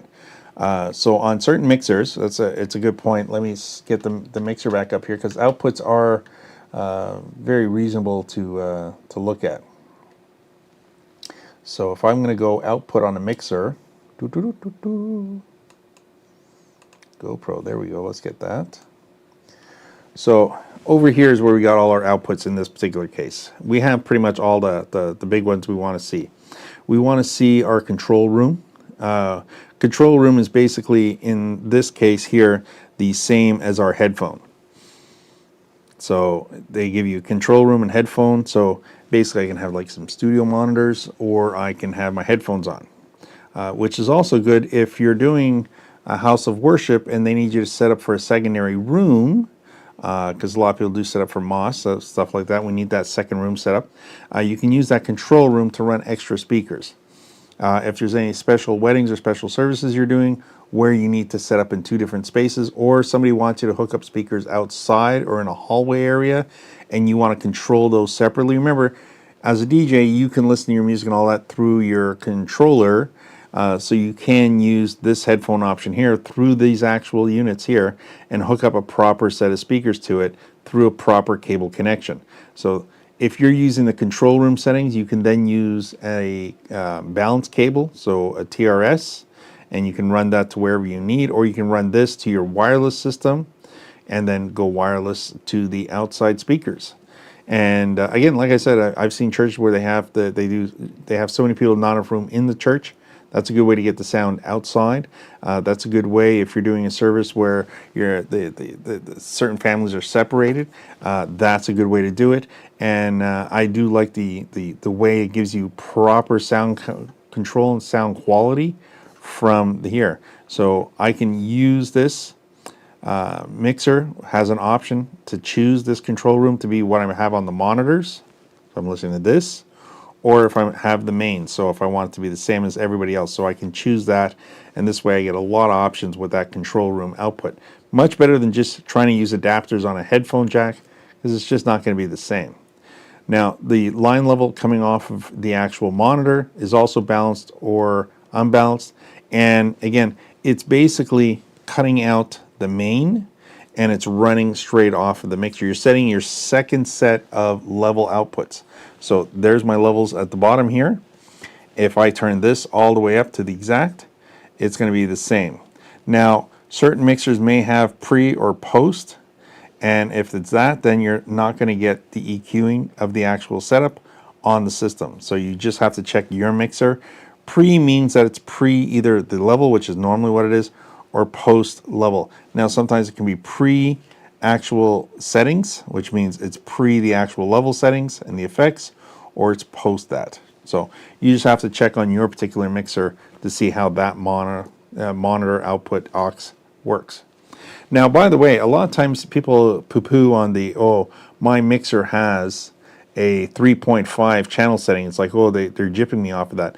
Actually, they're throwing you a bone. That's a really, really expensive option. If you were to properly try to take a consumer product that would had a 3.5 or RCA jacks on them and plug them into a commercial input jack like a 1/4 inch, though an adapter will make it work, it actually doesn't make it work properly. It only gets you 75% of the way there. You're trying to offset it with your gain, and it's actually not the right voltage. The voltage that a 3.5 or RCA jacks use is lower than what the actual 1/4 inch takes. So you always have to offset your RCAs. And again, voltage is the one thing you can't correct, so having an actual plug that runs at 3.5 auxiliary input or RCA input is saving you money, because if you buy that adapter separately because you want to plug it in, let's say here, that adapter can run you anywhere between $50 to $150. So having it built on the circuit board is part of your actual mixer. Turns out to be a good thing. So let's go through a couple more here and see what we got. Yeah, so we did that, excellent, yeah. So, and we're getting through here, yeah, I'm just going through some of the questions. Yes, we're past Calgary, yes, once again, old Canada. And yes, sir, yes.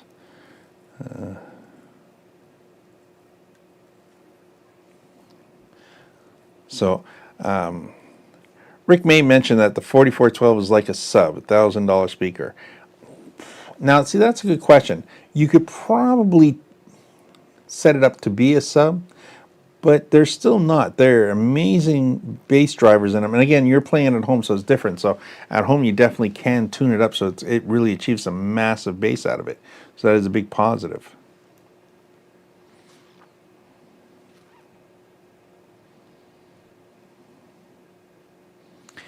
So Aaron, I think, is referencing the mixer.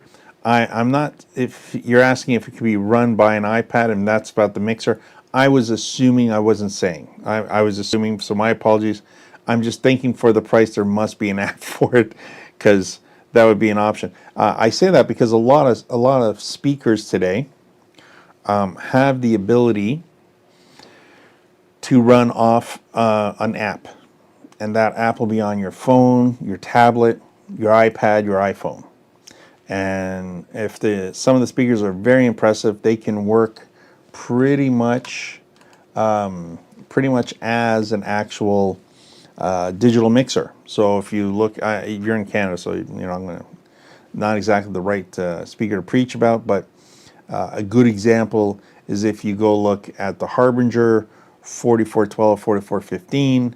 That speaker there is basically a 5-channel digital mixer with a speaker on the front of it. Is that that impressive? And it's all run through your app on your phone or tablet.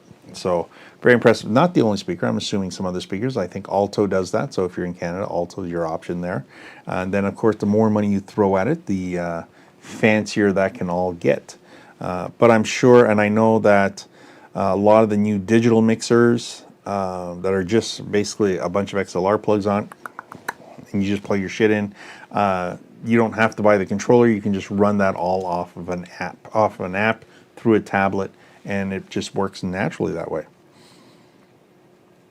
See, there you go. So yes, still solid mix, right? But by the new Allen Heath, yeah, the cute. See, there's lots of the tricky part is not what's good or bad.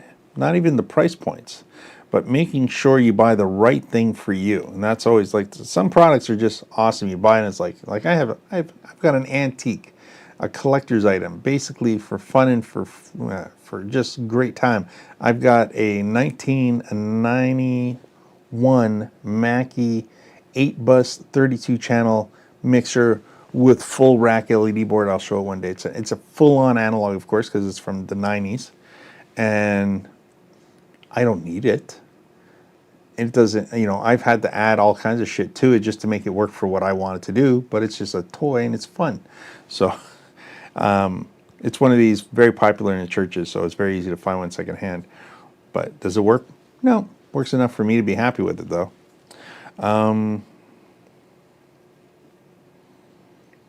Yeah, so I was just going through the finishing questions. And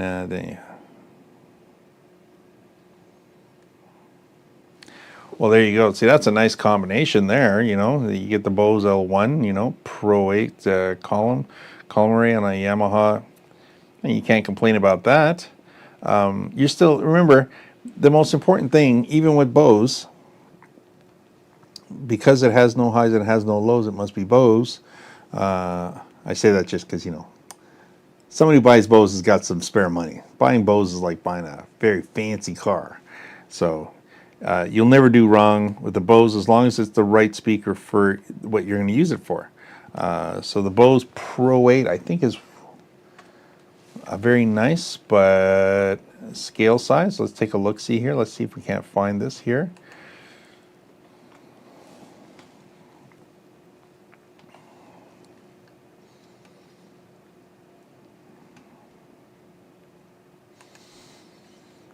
It's going to be Canada Day for, if you're watching this from the US, boy, oh boy. Oh, we don't need to give, here we go. Let's pull this up here.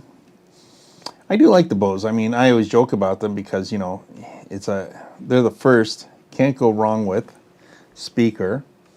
So I say this while giving my love to the product, okay? So if you own it, you own it. It's a great speaker. Don't say anything otherwise, okay? So one of the few speakers that is legitimately an array. So they call it a column, but that's that speaker that, see how those actual, look at this. This one's facing this way up, that one's facing that way across, this one's facing straight this way, this one's facing straight that way. Then the scenario repeats again. This is like crazy ass. This is the opposite from top. This is an array. This is how they determine an array to be. This is what an array is. So normally you would think 3 speakers wide, 3 speakers high, that's an array. You can also do it by reflecting sound in a bunch of different directions. So that's what's going on here.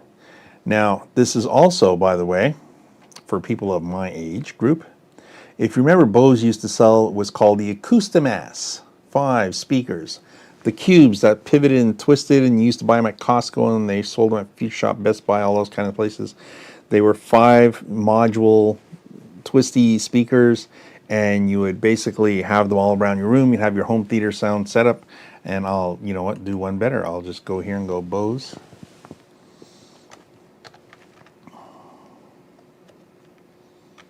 AM5, that should get me Acoustimass 5s.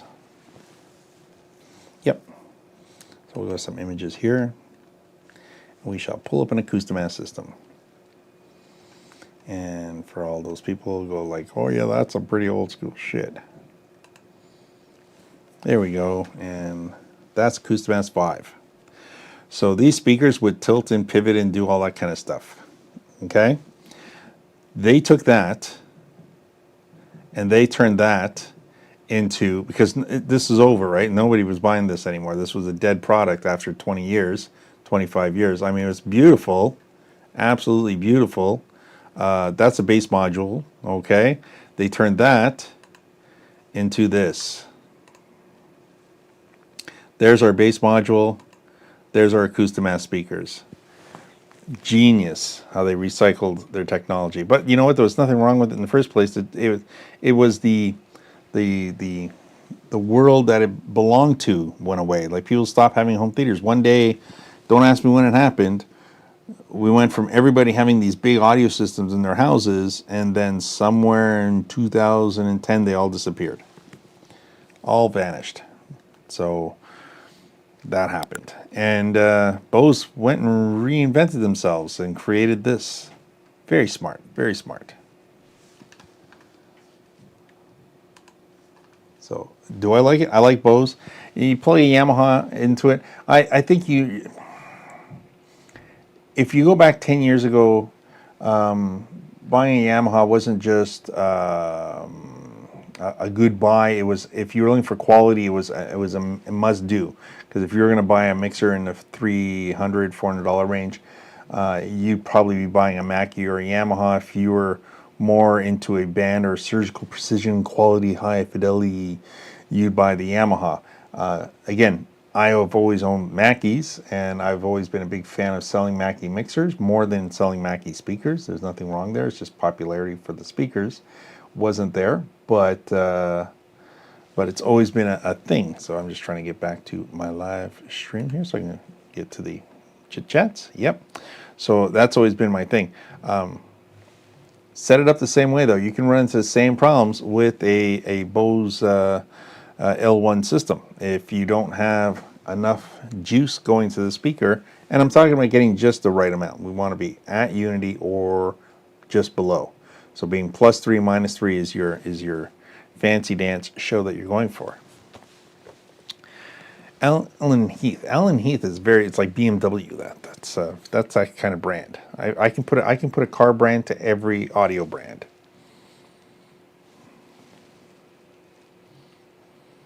And Sam, sorry, you missed my question. Whole question. Can you scroll down and see, please? Okay, I will do that. I'm going to come back to your question. Sam's question. Oh, I see you talking to. I see Sam.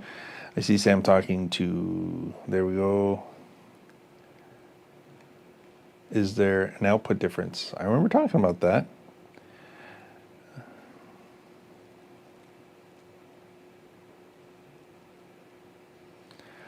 I thought I covered it. So Sam, if I missed your question, just repost it in there again, and I'll catch up to it. I'll catch it again. So.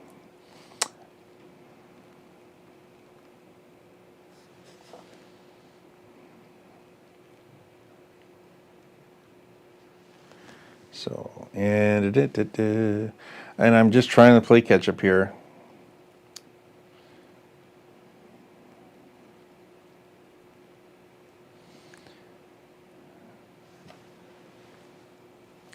And so yeah, the old Bose listening to this in the room. There's the. So I can tell you an old thing, because see, I could say this because I go that far back. I used to sell electronics consumer electronics before I sold pro audio equipment, and Bose was having I think it was Bose, or I think it was Pioneer actually. Before Pioneer got into DJ equipment, they were into big projecting TVs, big audio, home stereo equipment. They were big into that, and they were trying to sell a subwoofer way back in the beginning in the 90s, and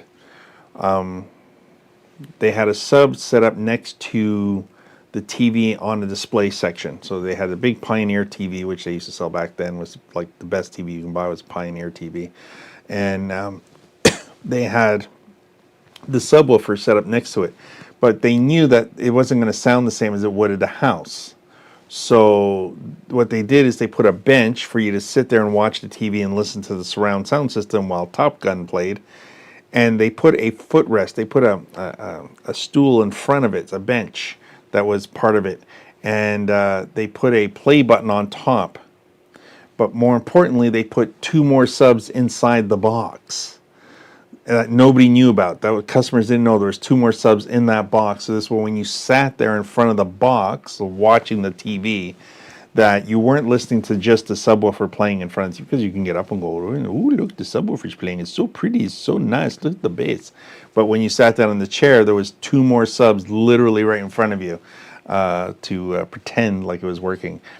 And Aaron's talking about, yes, you used to go to Costco, you used to go to the stores, and they used to have these arms hanging over you and the surround sound, and it was like, oh, buy into me, buy me, buy me. And a lot of people did, because it was fucking expensive shit. That was for sure. Unless it's a microphone and guitar. Bose Pro, always channel 3 with non-Bose mixer and non-Bose mixer.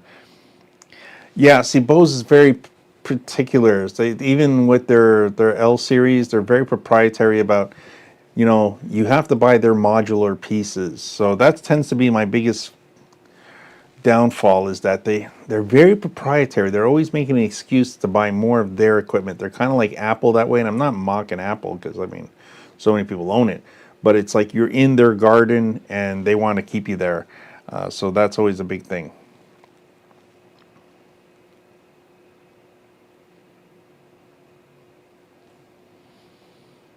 How would I max mixer work? Oh, max. Is that, am I just not catching out what I'm supposed to be reading because I see max mixer? So I'm going to search that, see if, besides getting an actual food processor mixer, I see Mackie. A Mackie mixer maybe is what we're trying to say. Mackie mixer is probably what we're trying to say. No? Daniel fix me up there if work with a Bose L1 Pro 8. If you hook it up right, you can pretty much get anything to work with anything. Sam, is there an output or sound difference if you use individual XR connectors to the 4412 line 1 versus using 1 unit for both left and right? Now, see, that's always a good question. You have to go look at your source. Sorry, I gotta take it.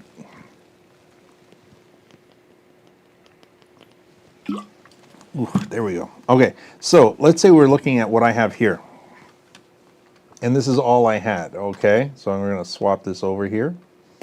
And as soon as I figure this out, get my mouse in the right place at the right time. And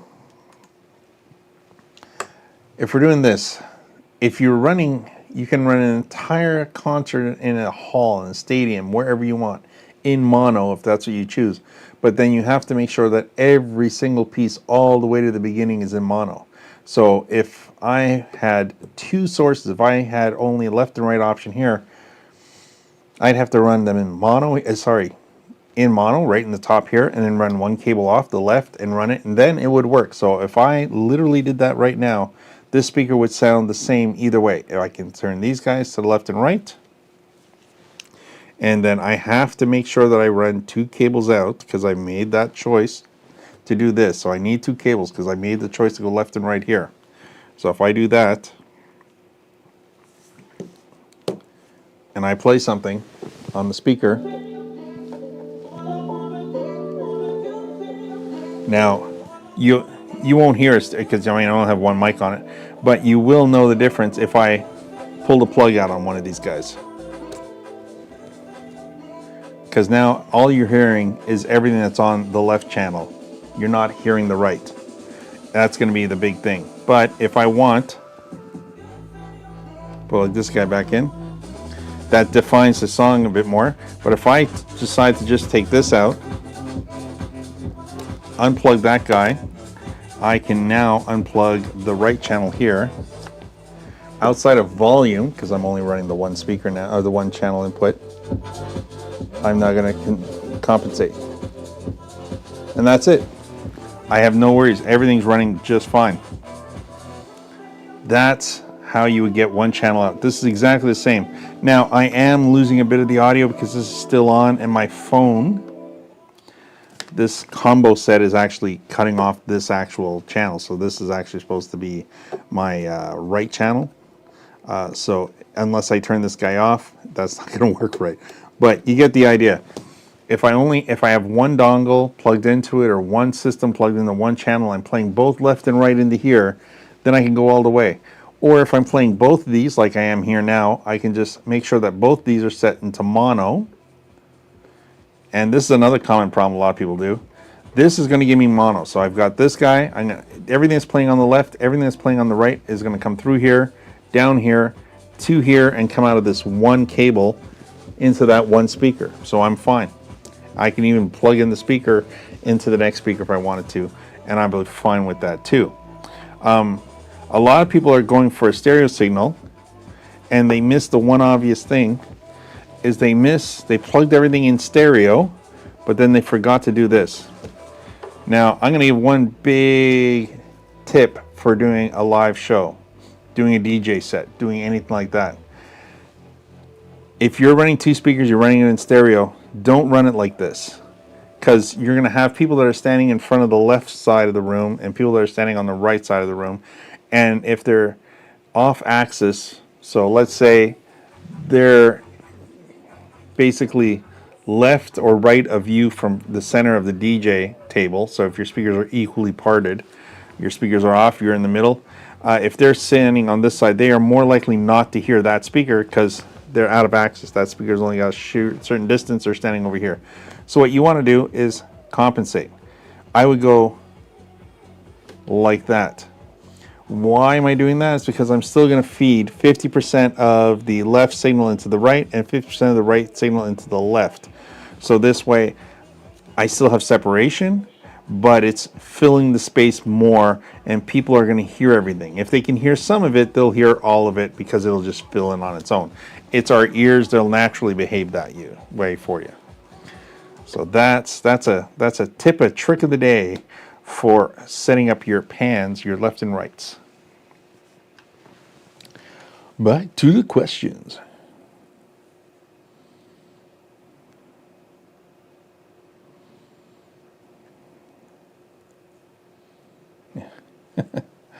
So there you go. Man, when did the surround sound installs in homes? Top Gun was the movie to test. Hey, you know what? My movie was always Days of Thunder opening scene, by the way. If you're in my age bracket, basically I didn't have to play the movie, and I kid you not, we used to have these all over on VHS tapes. You just play the music, the rolling music for Days of Thunder, where just Talladega, and it's just the cars going around the track and music in the background, and it just sounded so freaking good. Because if you ever want to figure out how good a system sounds, play something you know. So it's like, for me, I always joke, it's like the sound of cars, because they're out in the street all the time. Traffic is like, if a car racing by, you would hear it. You would know what that sounds like. So if you play a track of that, like instruments always sound nice. But if you're trying to see how your speakers sound in the real world, play something from the real world, Play the sound of a park, play the sound of birds, play the sound of something that's just natural. Because music is it's smooth, it's rhythmic. If you can play something organic and it sounds good. So if you can play the sound of a forest with animals and birds and all that kind of stuff, and it sounds awesome on your system, like, one of these National Geographic things, because you know what that sounds like. That's a natural sound for you to listen to. That'll just blow your mind, especially if you have a nice set of speakers. You'll really appreciate that, even when it's a large system.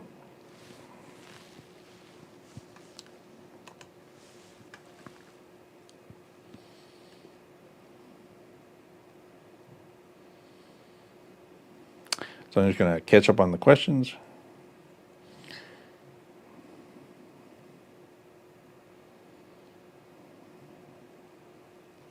And so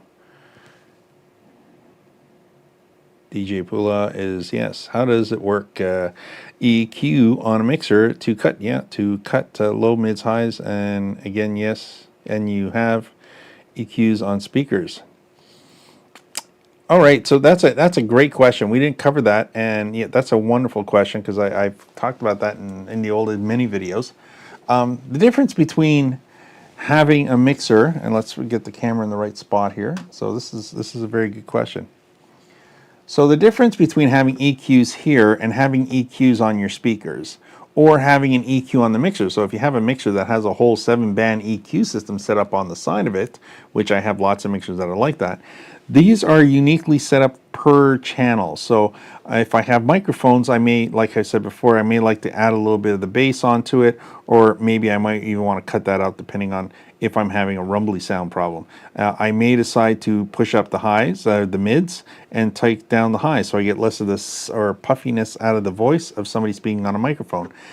That allows me to individually adjust every single channel, right? So that's all across the board.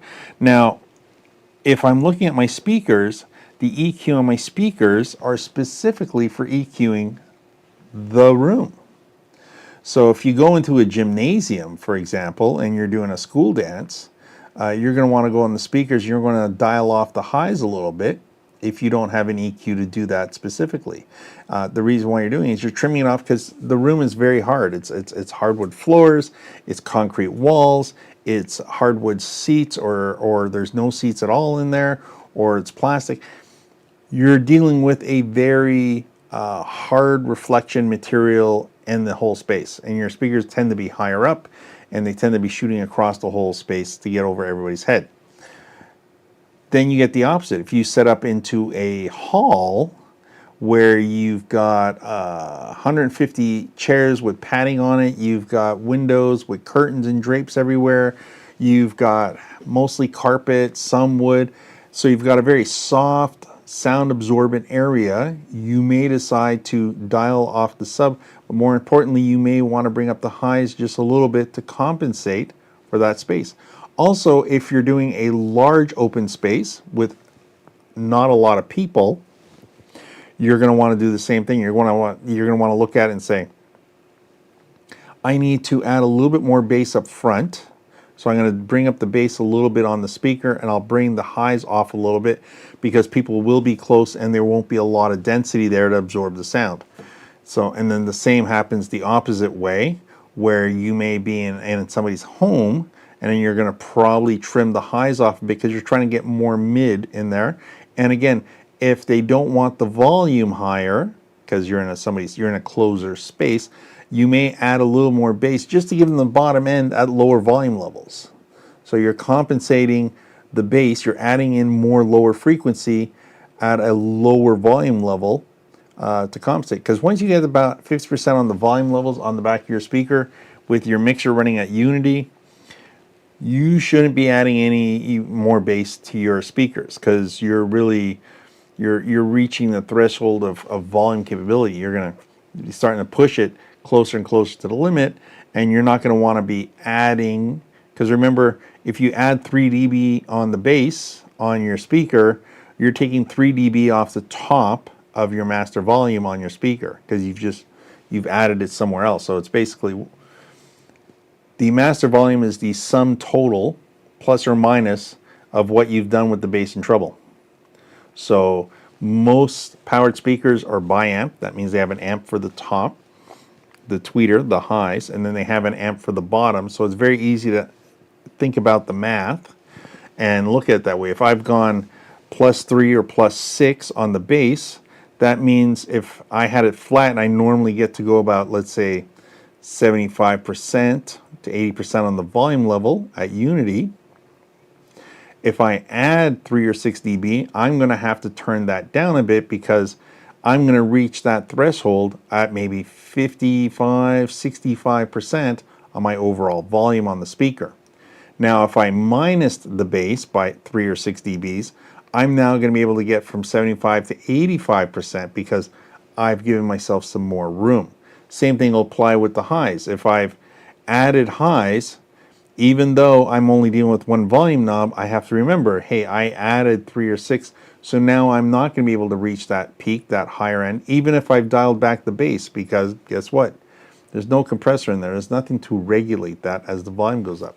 Now, certain speakers do have, I mean, there's exceptions to everything I say, because some speakers do have compressors built into it, and they will adjust. They will apply a compressor before they apply a limiter. So to know the difference between a compressor and a limiter, compressor takes the sound and it basically takes, let's say, the very top, and anything that's getting closer, the higher it gets to unity or top, and it's going to peak, what it does is it starts to squeeze it down. So it's like putting it in a vise. We're not cutting it off, we're just squeezing it, making it tighter and smaller. A limiter, basically it's a limit, it's a ceiling. So the sound hits it and then it just starts curling up and crushing everything up at the top. Bingo, it's all there. It's just one big pile of, it's like, I'm trying to think of, it's like hitting a nail so many times that you just flattened it out like a pancake. It's bent over, it's all there. It's just a piece of shit at this point. It's not really going to do its job. And if you're recording it, you can't undo it. It's like having a bent nail. You can straighten it out as many times as you want. The next time you hit it, it's just going to bend over again.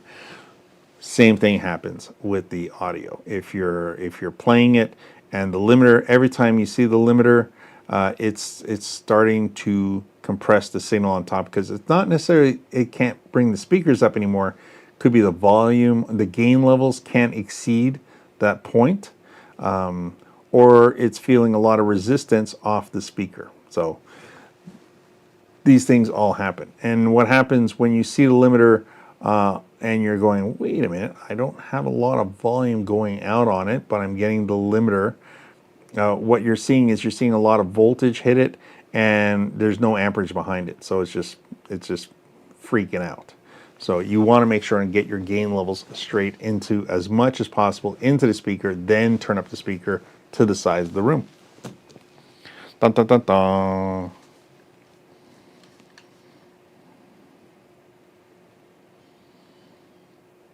Yep, see, damn, yep. Bose likes you to buy their stuff. And like I said, it doesn't make it bad, it just makes it very much Bose.